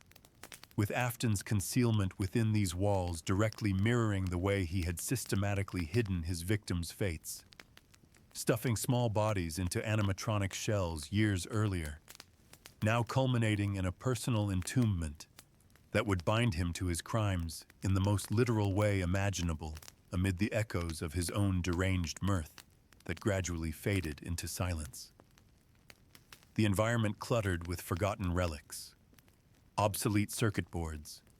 discontinued animatronic limbs, spare parts from designs that never made it to production, maintenance tools left behind when the room was sealed, served as a perfect microcosm of the pizzeria's broader decay, where each discarded item whispered of past innovations and ambitions turned to rust and ruin. Ultimately, this hiding amplified the narrative's inexorable pull toward consequence and justice, as the safe room's false security lulled Afton into a vulnerability his panicked mind couldn't properly assess, bridging his desperate evasion to the mechanical failure that would permanently bind him to the golden rabbit's form, etching a pivotal, irreversible turning point in the saga's shadowed progression that would echo across all the years that followed. Tucked away in the sealed safe room of the abandoned Freddy Fazbear's Pizza, where steady drips from a seriously compromised ceiling pattered rhythmically onto the concrete floor amid stacks of forgotten storage crates and tangles of loose wiring hanging from overhead fixtures, William Afton's concealment inside the spring Bonnie suit began to catastrophically unravel as environmental factors conspired against the aged, neglected mechanisms that had once been the pride of his and Henry Emily's engineering collaboration. Moisture accumulated from years of unchecked roof leaks, now augmented by Afton's own perspiration, beating heavily under the suit's confining fabric as panic and exertion took their toll, seeped insidiously into the rusted springlock coils, softening the already degraded tension and eroding the corroded pins that held the endoskeleton retracted in suit mode. As he shifted even slightly in his increasingly manic state, still chuckling nervously through the headpiece while the children's spirits hovered just beyond the door like patient executioners, these subtle movements, perhaps an involuntary twitch of the shoulders, a deeper breath as he tried to calm himself, an adjustment of weight distribution, stressed the weakened locks further, causing faint metallic sounds, tiny warning pings and creaks that echoed softly in the confined space but went unheeded or unrecognized in his deteriorated mental state. This dangerous buildup stemmed directly from the suit's decades of dormancy in this space, where exposure to humid air in the completely unventilated room had accelerated corrosion at every point where metal met moisture, a direct consequence of the pizzeria's abandonment and the company's deliberate decision to seal this room and forget it existed. The once reliable springlock design, pioneered by Afton himself alongside Henry Emily during the optimistic early days at Fredbear's family diner, now betrayed its creator as the intricate balance of springs and frames, intended for seamless mode switches during countless successful performances, teetered on the absolute edge of catastrophic failure amid the dim, oppressive glow of the overhead bulb that cast elongated shadows across the cluttered floor, marking the final seconds before mechanical systems would override all safety measures and enact their terrible, violent reversal. The springlock activation unfolded with terrible inevitability, starting gradually at first with individual lock mechanisms giving way in a cascading sequence of metallic snaps, each failure triggering additional stress on neighboring components, the endoskeleton parts springing back forcefully toward their default extended positions with accumulated mechanical force that pierced through William Afton's body in multiple targeted strikes. Starting from the torso, where the hand crank mechanism had been hastily operated years ago and now failed completely, the coils released their increasingly fragile hold, driving metal rods, joints, and structural supports inward to reclaim the interior space they were designed to occupy, crushing flesh and splintering bone in a horrible symphony of muffled cracks and wet, organic sounds that reverberated through the suit's padded lining. Afton's manic laughter faltered instantly into gasps, then strangled screams muffled by the headpiece, as the pressure mounted from multiple points simultaneously. The suit's exterior shell, its golden fur mottled with grime and age, bulging slightly from the violent internal upheaval, while blood beginning to well up from countless puncture points hidden beneath the fabric, seeping through seams and tears to stain the material in spreading dark patches. This lethal sequence arose directly and unavoidably from the very risks outlined extensively in those old employee manuals, the ones with their bold warnings about avoiding dampness, controlling breathing, minimizing movement. All the precautions meant to prevent exactly this scenario during legitimate performances at venues like the original Freddy Fazbear's Pizza. As more springlocks triggered in rapid succession, the mechanism's failure extending systematically to the limbs and finally the head itself. The cumulative effect completely immobilized him, transforming what had been perceived as sanctuary and protection into a chamber of isolated, excruciating torment, where even the distant presence of the spirits beyond seemed to fade from awareness, as pain overwhelmed all other sensation. The failure stemmed not merely from physical decay and environmental neglect, but symbolized a kind of karmic reversal perfectly aligned with the narrative's themes, where Afton's own engineering prowess, once wielded as a tool for deception and murder, now ensnared him with unyielding, mechanical precision that cared nothing for his intentions or his suffering. In the immediate aftermath of the springlock system's complete catastrophic activation, the spring Bonnie suit stood as a grotesque monument to mechanical betrayal within the safe room's stale, oppressive confines, its internal mechanisms fully engaged and locking Afton's broken, bleeding form inextricably with the endoskeleton in a fusion that sealed his immediate fate amid the scattered relics and forgotten equipment of Fazbear's abandoned past. The process, complete in perhaps 30 seconds but experienced as an eternity of agony,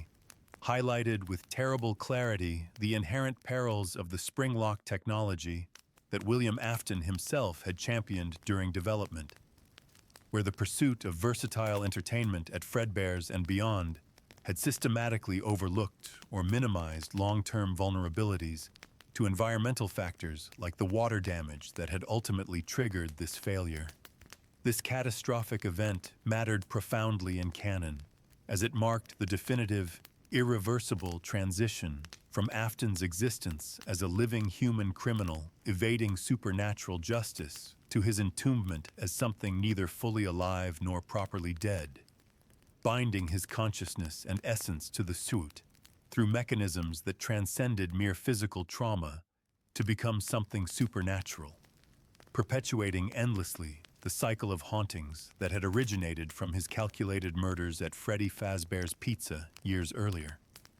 As he slumped against the wall, his body's weight supported only by the suit's frame and the wall behind him, the room's oppressive quiet amplified the final creaks and groans of settling metal, while the children's ghosts, their vigil apparently fulfilled by witnessing this poetic justice, began to withdraw gradually, their glowing forms fading as if their immediate purpose had been accomplished. Ultimately, this springlock activation wove a thread of perfect, ironic justice through the narrative, where the golden rabbit suit that had once served as an effective disguise for luring innocent victims to their deaths became Afton's permanent prison, directly echoing and mirroring the possessions he had inadvertently inflicted on the children's souls, setting the definitive stage for the emergence of an entirely new form of horror in the franchise's shadowed, interconnected timeline that would span decades of silence, decay, and patient waiting. Deep within the confines of the safe room, in the abandoned Freddy Fazbear's Pizza, where the air hung heavy with the metallic tang of blood, rust, and decay, and the persistent dripping of water from overhead pipes echoed softly against walls stacked with forgotten crates, dusty schematics, and obsolete equipment. William Afton's body convulsed in its final moments as the springlocks within the spring Bonnie suit fully engaged their lethal grip, piercing his flesh in a relentless series of penetrations that targeted vital areas with mechanical indifference to human suffering. The endoskeleton components, snapping back violently from their retracted state due to the accumulated corrosion and moisture buildup that had fatally weakened the tension systems, drove sharpened rods and joints through his torso, limbs, and neck with terrible precision, crushing ribs inward with audible cracks that punctured organs, including lungs and intestines, the process unfolding over agonizing seconds rather than granting the mercy of an instant death. Afton's initial screams, muffled and distorted by the suit's headpiece into sounds barely recognizable as human, dissolved into wet, guttural sounds as blood filled his punctured airways. His movements now reduced to involuntary twitches and spasms that only exacerbated the internal damage as each slight motion drove the metal components deeper into ravaged tissue. Blood welled up copiously from multiple wounds, both visible and hidden, soaking the interior padding that had been designed for performer comfort, seeping through the golden fabric's tiers and seams to create dark, spreading stains that pooled on the floor beneath where he stood, pinned upright by the very mechanisms embedded in his body. This excruciating sequence stemmed directly from the suit's severely deteriorated condition, after decades sealed away in this forgotten space without any maintenance or care, a consequence of the same neglect that had befallen the entire pizzeria after its closure following the tragedies and investigations linked to the murders perpetrated by this same man, now receiving a form of justice that seemed almost supernaturally fitting. As waves of pain radiated through his nervous system, temporarily overwhelming even his capacity to process the horror of his situation, Afton remained grotesquely conscious through much of the ordeal, immobilized against the cold concrete wall amid scattered tools and debris that bore silent witness to his final moments, while the children's spirits maintained their patient vigil just beyond the sealed door, their ethereal presence a reminder that this physical torment was merely the beginning of a far longer sentence. The death itself was not instantaneous, but terribly, cruelly prolonged, the suit's design paradoxically ensuring the victim would experience and comprehend every stage of the mechanism's brutal reversal, initiating a supernatural binding process where his life force began to intertwine inextricably with the animatronic shell even as biological death approached, perpetuating the cycle of remnant possession that had haunted the franchise since those first murders at Freddy Fazbear's Pizza. The physical collapse came in stages, each more devastating than the last, as Afton's body slumped forward within the spring Bonnie suit, the full crushing weight of the endoskeleton's compression bearing down to fracture bones in his spine and pelvis, with sickening snaps that resonated in the isolated room where the sealed door still barred the outside world, and moonlight barely penetrated through the building's boarded windows. Blood continued to flow internally and externally, staining the suit's interior in layers of spreading crimson that would eventually dry and darken, while internal hemorrhaging filled his chest cavity rapidly, leading to increasingly labored breaths that grew progressively shallower with each desperate attempt to draw air into punctured, collapsing lungs amid the overwhelming coppery scent of blood, mixing with the room's pervasive, musty odor of mildew and long undisturbed decay. In these final moments of consciousness, as his vision dimmed and narrowed through the eye holes of the headpiece, William Afton's awareness fragmented into disconnected flashes. Memories of his engineering work at Fredbear's family diner blurred with images of his victims' faces, recollections of performances in this very suite mixed with the present agony. His entire life's trajectory from hopeful inventor to calculated murderer, to this grotesque end lost in an overwhelming blur of excruciating pain that transcended description or comprehension. This lingering, drawn-out agony arose directly from the springlock mechanism's fundamental design characteristics, which, while intended merely for quick, clean mode transitions during normal performances, allowed for a horrifically prolonged failure sequence in compromised states, ensuring the victim would endure and experience every stage of the mechanism's violent reversal with full consciousness until blood loss or organ failure finally granted oblivion. The children's ghosts, those manifestations of the 5 souls he had so callously murdered and hidden within animatronic suits just like this one, remained vigilant presences hovering beyond the room's threshold, their ethereal forms casting faint, wavering shadows through the door's gaps, as if their unfinished business demanded they bear witness to every moment of suffering. Anchoring themselves to this space until his torment mirrored in some measure their own stolen lives and truncated futures. Consequently, this deliberately extended demise solidified the poetic, karmic retribution woven throughout the canon, where Afton's hubris in creating versatile entertainment technology for innocent purposes, then perverting those same tools toward evil ends, turned violently against him in the end, forging an unbreakable metaphysical link between his fading essence and the golden rabbit suit that would echo through all subsequent hauntings and horrors yet to unfold. In the profound stillness that gradually settled over the scene after William Afton's life finally ebbed away completely within the spring Bonnie suit, his final rattling exhales barely audible through the fabric as the safe room's dim bulb flickered overhead one last time before darkness claimed the space, illuminating for brief moments the slumped figure amid the surrounding clutter of old circuit boards, spare animatronic limbs, and tools that had served as mute witnesses to this terrible end. The supernatural process of transformation began in earnest. The completion of biological death, marked by the cessation of breath and heartbeat, paradoxically initiated something far more sinister. A binding of Afton's consciousness,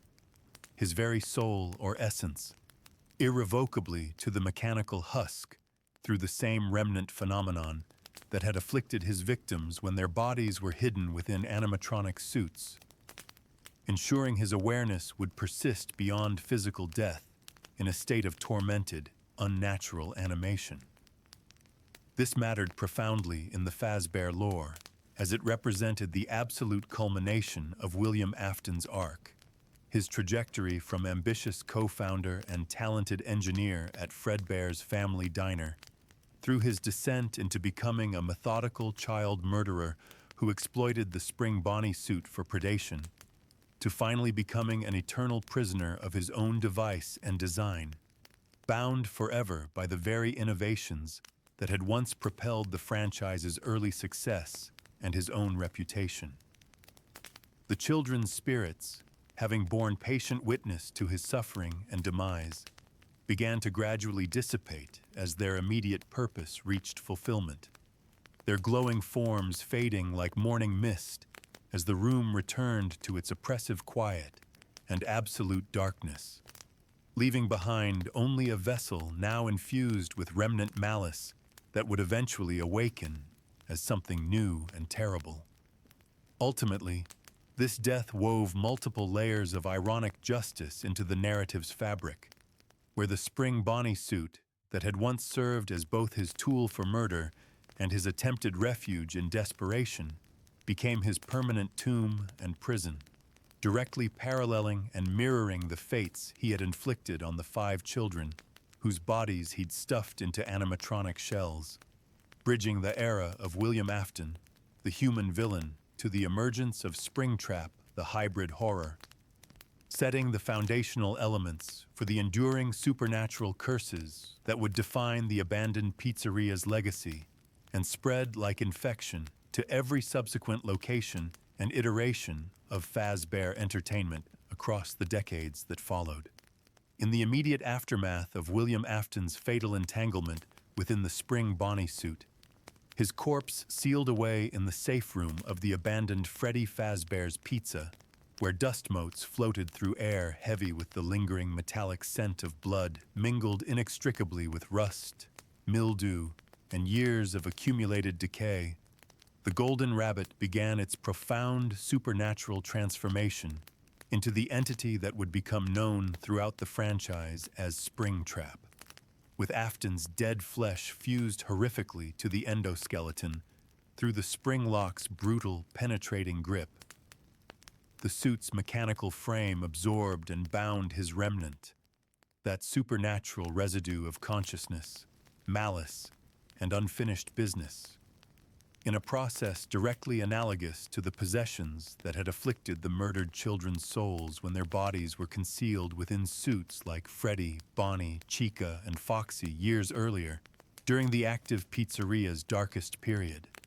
This metaphysical integration began subtly and gradually as Afton's body temperature dropped, and rigor mortis set in amid the room's oppressive darkness and clutter of discarded parts,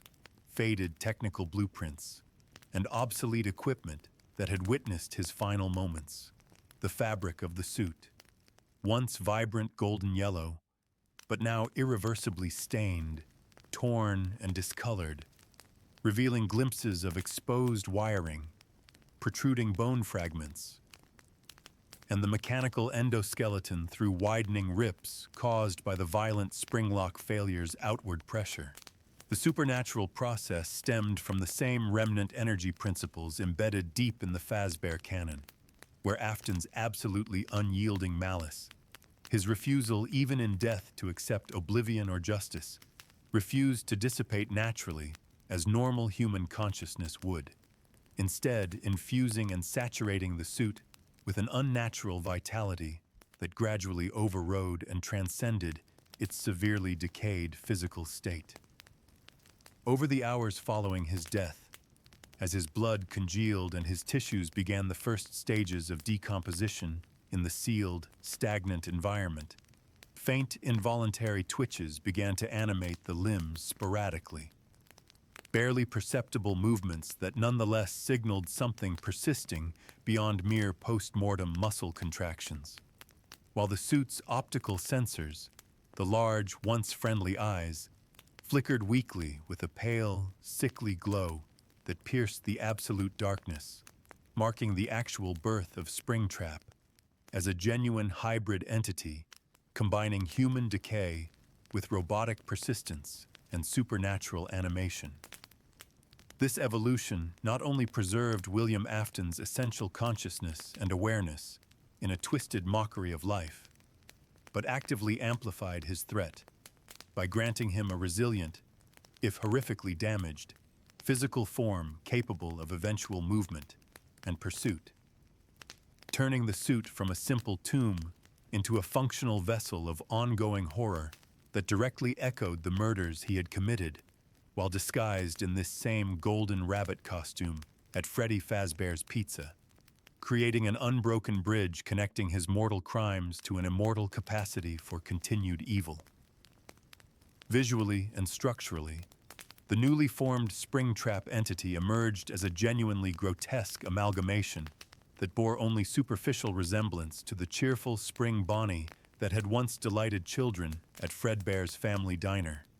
its exterior fabric undergoing a dramatic transformation from the original golden yellow to a sickly, mottled greenish hue created by layers of mold, mildew, and oxidation accumulated during the pizzeria's long years of abandonment, with the large,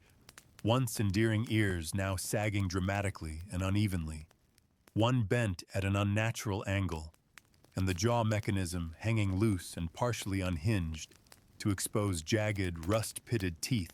that glinted ominously even in minimal light. The endoskeleton protrusions, now horrifically entangled with desiccated flesh, bone fragments, and dried blood, became clearly visible through extensive tears in the fabric covering the abdomen and limbs,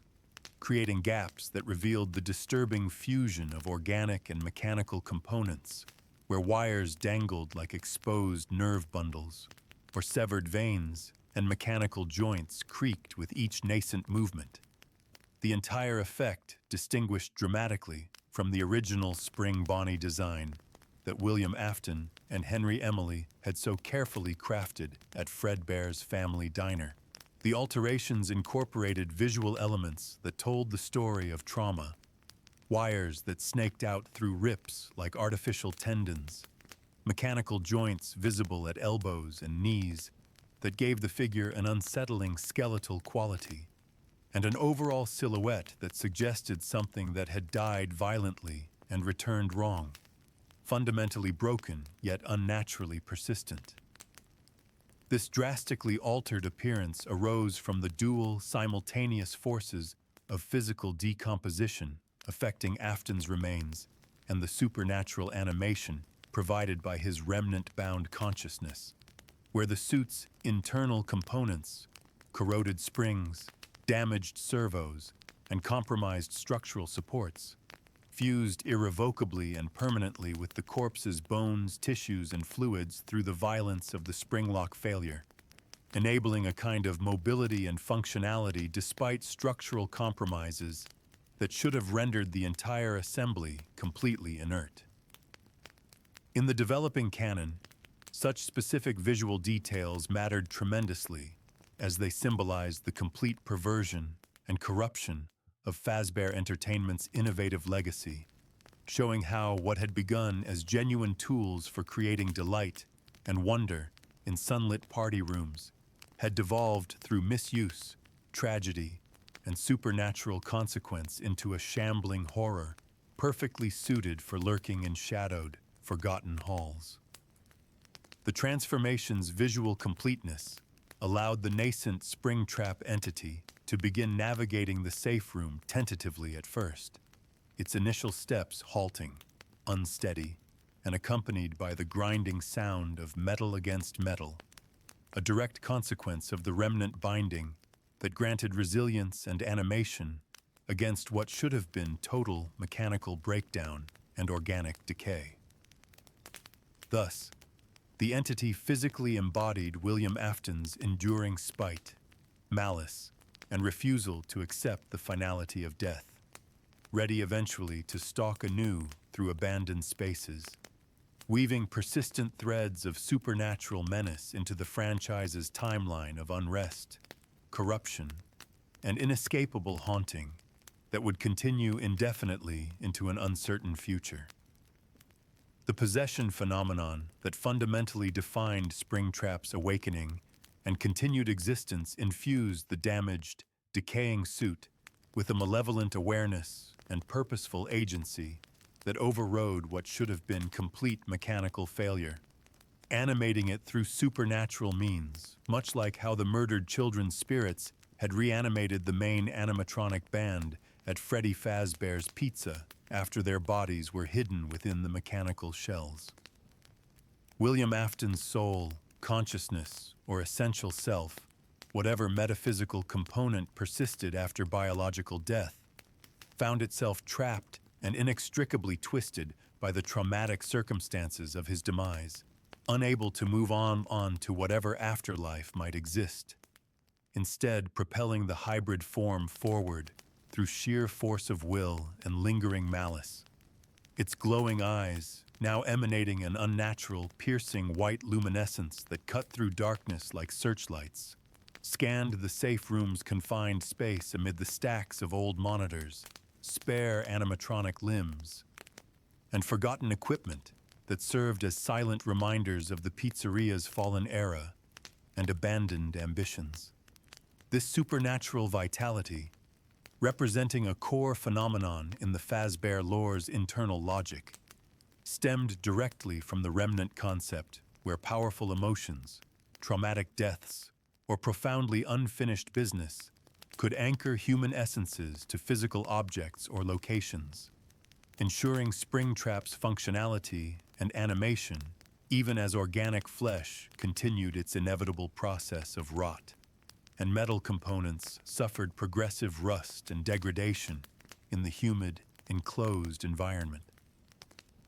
The significance of this supernatural binding mattered profoundly, as it perpetuated directly the cycle of vengeance and haunting initiated by Afton's original murders, positioning Springtrap as a central antagonist whose very existence and continued presence tied together the franchise's distinct eras, from the innocent beginnings at Fredbear's family diner, where Spring Bonnie had been a symbol of joy, through the tragic murders at Freddy Fazbear's Pizza that had birthed the original possessions, to the haunted remnants now scattered across multiple abandoned sites. As the entity stirred more fully in the days and weeks following the transformation, testing its corrupted limbs against the room's debris and obstacles, The air itself seemed to thicken with latent menace and barely suppressed violence, foreshadowing its eventual emergence into broader spaces and its role in future horrors yet to unfold. Ultimately, this becoming wove a narrative thread of inescapable supernatural legacy, where William Afton's creation, the spring Bonnie suit that he had helped design and that he had exploited for murder, became simultaneously his prison and his new form of existence, echoing through the quiet decay of the sealed safe room and setting the foundational stage for discoveries that would eventually revive this nightmare in new contexts and unleash it upon unsuspecting individuals drawn to the Fazbear legacy's dark, magnetic pull. Following the complete transformation into Springtrap, the entity remained sealed within the safe room of the forsaken Freddy Fazbear's Pizza,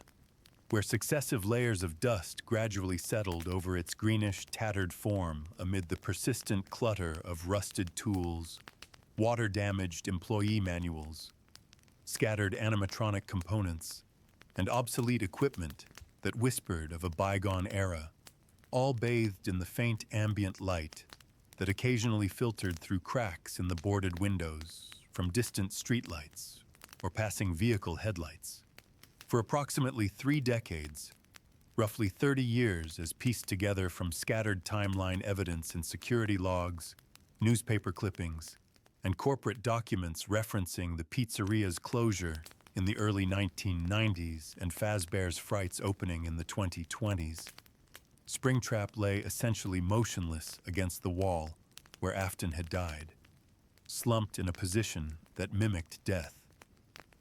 Its glowing eyes dimmed to complete darkness as the supernatural remnant sustaining its animation entered a state of deep hibernation,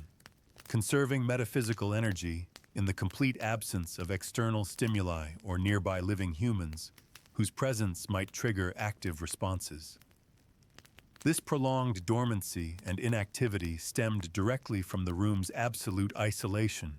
deliberately walled off and sealed after regulatory scrutiny over springlock incidents at locations like Fredbear's Family Diner had made the technology a liability, preventing any accidental disturbances from urban explorers, vandals, or occasional maintenance crews who sometimes wandered through the main accessible areas of the abandoned building. Dust accumulated in thick layers within the suit's crevices, seams, and the gaps created by tears in the fabric, while the persistent moisture problem from ceiling leaks continued unchecked, causing further corrosion of the endoskeleton components and creating conditions for additional mold growth that gradually altered the suit's color and texture, causing subtle shifts in the fused corpse within that emitted only the occasional faint creak of settling bone or contracting tissue, sounds that echoed softly in the confined space but roused no response from the dormant consciousness. Small animals, rats, mice, and insects, occasionally scurried across the floor, building nests in nearby crates filled with old arcade circuit boards and frayed wiring, their tiny movements and sounds adding to the room's quiet symphony of decay and abandonment, without successfully rousing the hibernating horror that waited in patient, unconscious stasis. Consequently, this extended era of complete stillness effectively preserved Springtrap's form in a kind of suspended state, allowing William Afton's remnant-bound malice to linger undisturbed, creating a temporal bridge spanning from the murders at Freddy Fazbear's Pizza in the 1980s to future events in the 2020s, when the entity would be rediscovered and unwittingly revived, as the building itself slowly crumbled around its terrible secret, vines creeping through exterior wall cracks, paint peeling in slow, continuous curls from once colorful murals of happy characters, and structural supports gradually weakening under the relentless pressure of time, weather,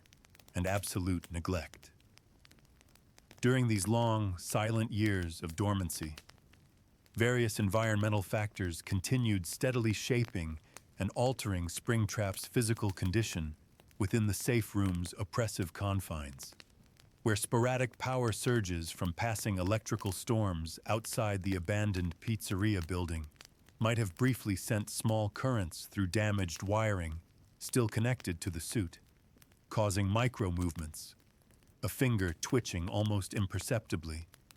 an ear flopping slightly from residual servo activation. Amid the stacks of forgotten plush toys and maintenance logs whose pages had yellowed and become brittle with age.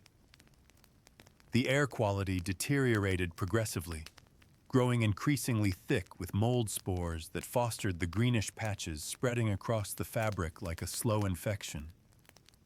blending with and eventually overtaking the original golden hue that had once made Spring Bonnie so visually appealing and recognizable to children. While various insects, including beetles, centipedes, and spiders, made the space their home, weaving elaborate webs across the exposed wiring, protruding from tears in the suit's abdomen and limbs, their presence and activities accelerating minor structural breakdowns in mechanical joints and fabric integrity without triggering the full awakening of the entity's remnant consciousness. This gradual, persistent degradation arose as a natural consequence of the pizzeria's total abandonment following the investigations, closures, and legal complications linked inexorably to the missing children incident and the subsequent possessions, leaving absolutely no human oversight to identify problems, perform maintenance, or mitigate the entropy that claimed every space in the building. The dining halls with their overturned furniture, the party rooms with their deflated balloons and faded decorations, and the backstage areas where other animatronic components slowly rusted into unrecognizable shapes. Faint echoes of the outside world, distant car horns from the nearby road, rain pattering steadily on the compromised roof, the occasional rumble of thunder, or the voices of trespassing teenagers daring each other to explore the allegedly haunted building, penetrated the safe room's sealed barriers enough to be barely audible. Yet these sounds consistently failed to trigger the remnant's full reanimation, because William Afton's bound consciousness required closer proximity to living humans, needed to sense their presence more directly, to fuel the supernatural pursuits and hunting behaviors that had characterized the possessed animatronics' responses to night guards during the venue's final operational nights years ago. As a direct result of this isolation, the dormancy period not only shielded Springtrap from premature discovery by curious explorers or demolition crews, preventing any early confrontation or potential destruction, but also allowed the fusion of corpse and machine to stabilize in its own disturbing way. The mummified remains of William Afton desiccating further during the dry spells between leak episodes, tissues contracting and adhering more completely to the endoskeleton's metal framework, ensuring the hybrid entity's structural resilience and integrity for the eventual moment when external forces would finally breach the forgotten room. This quiet interlude encapsulated perfectly a recurring theme in the Fazbear saga, where time itself became an unwitting custodian of hidden terrors, patiently nurturing the potential for future resurgence amid the silent, watchful vigil of the slowly decaying structure that held so many buried secrets within its crumbling walls. In the broader historical tapestry of the abandoned Freddy Fazbear's Pizza's legacy, these decades of undisturbed dormancy underscored powerfully the enduring, patient nature of remnant-based hauntings in the canon, where Springtrap's inactive state within the safe room, surrounded by relics like broken Freddy masks with cracked paint, detached Chica beaks with rust on the hinges, and scattered costume pieces from the dismantled animatronic band, served as a crucial temporal bridge between distinct eras, preserving intact the legacy of William Afton's crimes from his time as the Purple Guy through to an eventual, inevitable unearthing that would drag those buried sins back into the light of awareness. Occasional natural disruptions, including minor earthquakes that rattled the building's weakened frame, heavy windstorms that howled through broken windows and gaps in the roof, or the settling of the structure's foundation might have caused debris to shift position, tools to roll across the floor, or loose panels to fall with sudden crashes. Yet the slumped suit remained fundamentally undisturbed in its corner, its loose jaw hanging open and mechanical components visible through the fabric, gathering cobwebs that draped like funeral veils over the grotesque hybrid features. This prolonged significance lay fundamentally in how the isolation directly mirrored the forgotten fates of the children's spirits, now presumably dispersed or at peace following their confrontation with Afton during the dismantling, allowing the pizzeria itself to fade gradually into urban legend status among local residents who shared increasingly embellished tales of strange lights visible through cracks on moonless nights, unsettling noises emanating from the sealed building during storms, or the persistent feeling of being watched when passing the abandoned property. The dormancy's stubborn persistence stemmed partly from deliberate corporate actions by Fazbear Entertainment's surviving management, who had methodically erased or obscured records of the safe room's existence, omitting it entirely from demolition plans, avoiding mention in salvage operations that had stripped other areas of the building bare of anything valuable or reusable, ensuring this particular space with its terrible contents remained completely hidden from official awareness or oversight. Ultimately, this extended period of repose wove subtle threads of mounting anticipation into the narrative structure as the undisturbed entity awaited inevitable rediscovery, its form serving as a kind of temporal capsule preserving concentrated horror, ready eventually to unleash William Afton's persistent malice anew upon an unsuspecting world, echoing the initial technological innovations at Fredbear's family diner through accumulated layers of neglect, supernatural corruption, and the grim tenacity that would come to define the franchise's shadowed chronology across multiple generations. In the era following the long abandonment of Freddy Fazbear's Pizza, as decades had passed and the building had become a local landmark of urban decay and whispered legends, a dedicated crew working to assemble Fazbear's Fright, the horror attraction, ventured deliberately into the derelict structure, their powerful flashlights cutting dramatic beams through the heavy layers of dust and elaborate cobwebs that cloaked halls which had once bustled with activity, but now stood silent except for the occasional creak of settling wood, the rustle of wind through broken windows, and the scuttering of small animals disturbed by the intrusion. Motivated by circulating tales of the Fazbear legends, persistent whispers of missing children never found, haunted animatronic characters, and dark unsolved mysteries connected to venues like Fredbear's Family Diner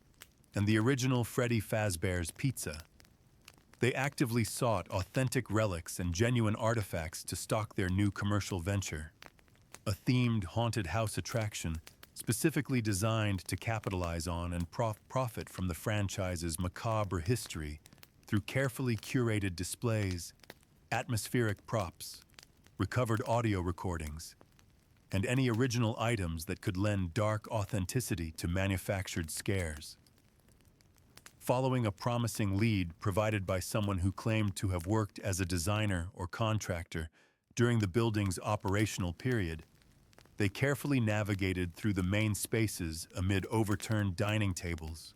faded arcade cabinets with cracked screens,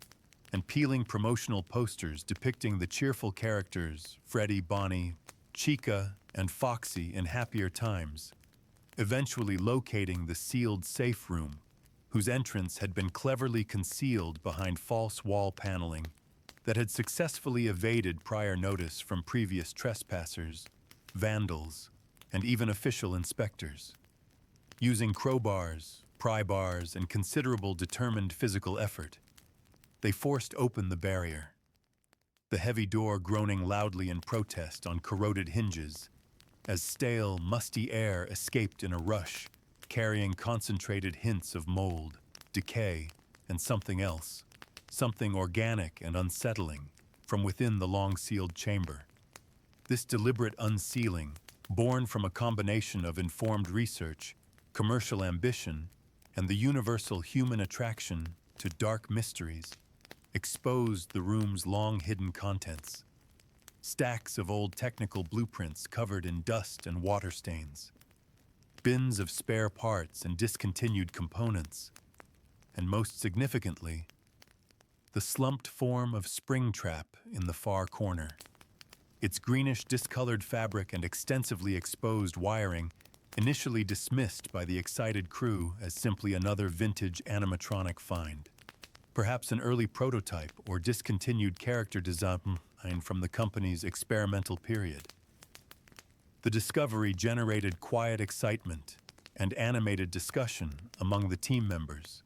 completely unaware in their enthusiasm that their actions were directly resurrecting a dormant entity inextricably tied to William Afton's malevolent remnant, effectively bridging 3 decades of silence to reignite horrors embedded deep in the Fazbear timeline, where forgotten spaces and sealed rooms invariably held keys to unresolved nightmares waiting patiently for the opportunity to manifest once again. Upon entering the safe room's oppressive interior, cluttered floor to ceiling with remnants of Fazbear Entertainment's operational past, including rusted endoskeleton frames, employee training handbooks, yellowed and brittle from decades of exposure to humidity, circuit boards scattered like forgotten puzzles across the concrete floor, and tools left exactly where they'd been dropped years earlier. The Fazbear's fright crew's attention fixed immediately and intensely on Springtrap, the tattered golden rabbit form leaning motionlessly against the back wall, with its sagging ears at uneven angles, and its loose jaw revealing jagged, rust-pitted teeth beneath the damaged exterior. At initial examination under their flashlight beams, they perceived it simply as a rare, authentic animatronic prop from the very early days of the franchise, perhaps even a prototype iteration akin to the original suits used at Fredbear's family diner before the technology was refined and standardized, its obviously decayed appearance and extensive visible damage actually adding to the eerie authenticity they actively craved for their attraction's carefully designed exhibits. The beams played across the suit's surface, highlighting in stark detail the mold-streaked fabric with its sickly greenish hue, the protruding wires that hung like mechanical tendons or exposed nerves, and what they interpreted as synthetic internal components visible through tears and gaps, sparking immediate excited discussions about potential restoration work. Optimal placement within the haunted house's carefully planned layout of dim corridors and strategic jump scare locations, and the narrative they could build around this centerpiece discovery. This critical misidentification stemmed directly from the team's focus on surface-level assessment and their eagerness to find exactly this type of relic, causing them to overlook subtle but telling signs of the true nature hidden within. The faint but persistent odor of organic decay that lingered beneath the mold smell, the unnatural posture suggesting a body slumped in death rather than a prop positioned for storage, the way certain portions of the synthetic internals visible through tears appeared distinctly bone-like in structure and coloration. As they carefully documented their find with photographs from multiple angles and detailed written notes for their records and marketing materials, the air in the sealed room seemed to subtly shift and thicken,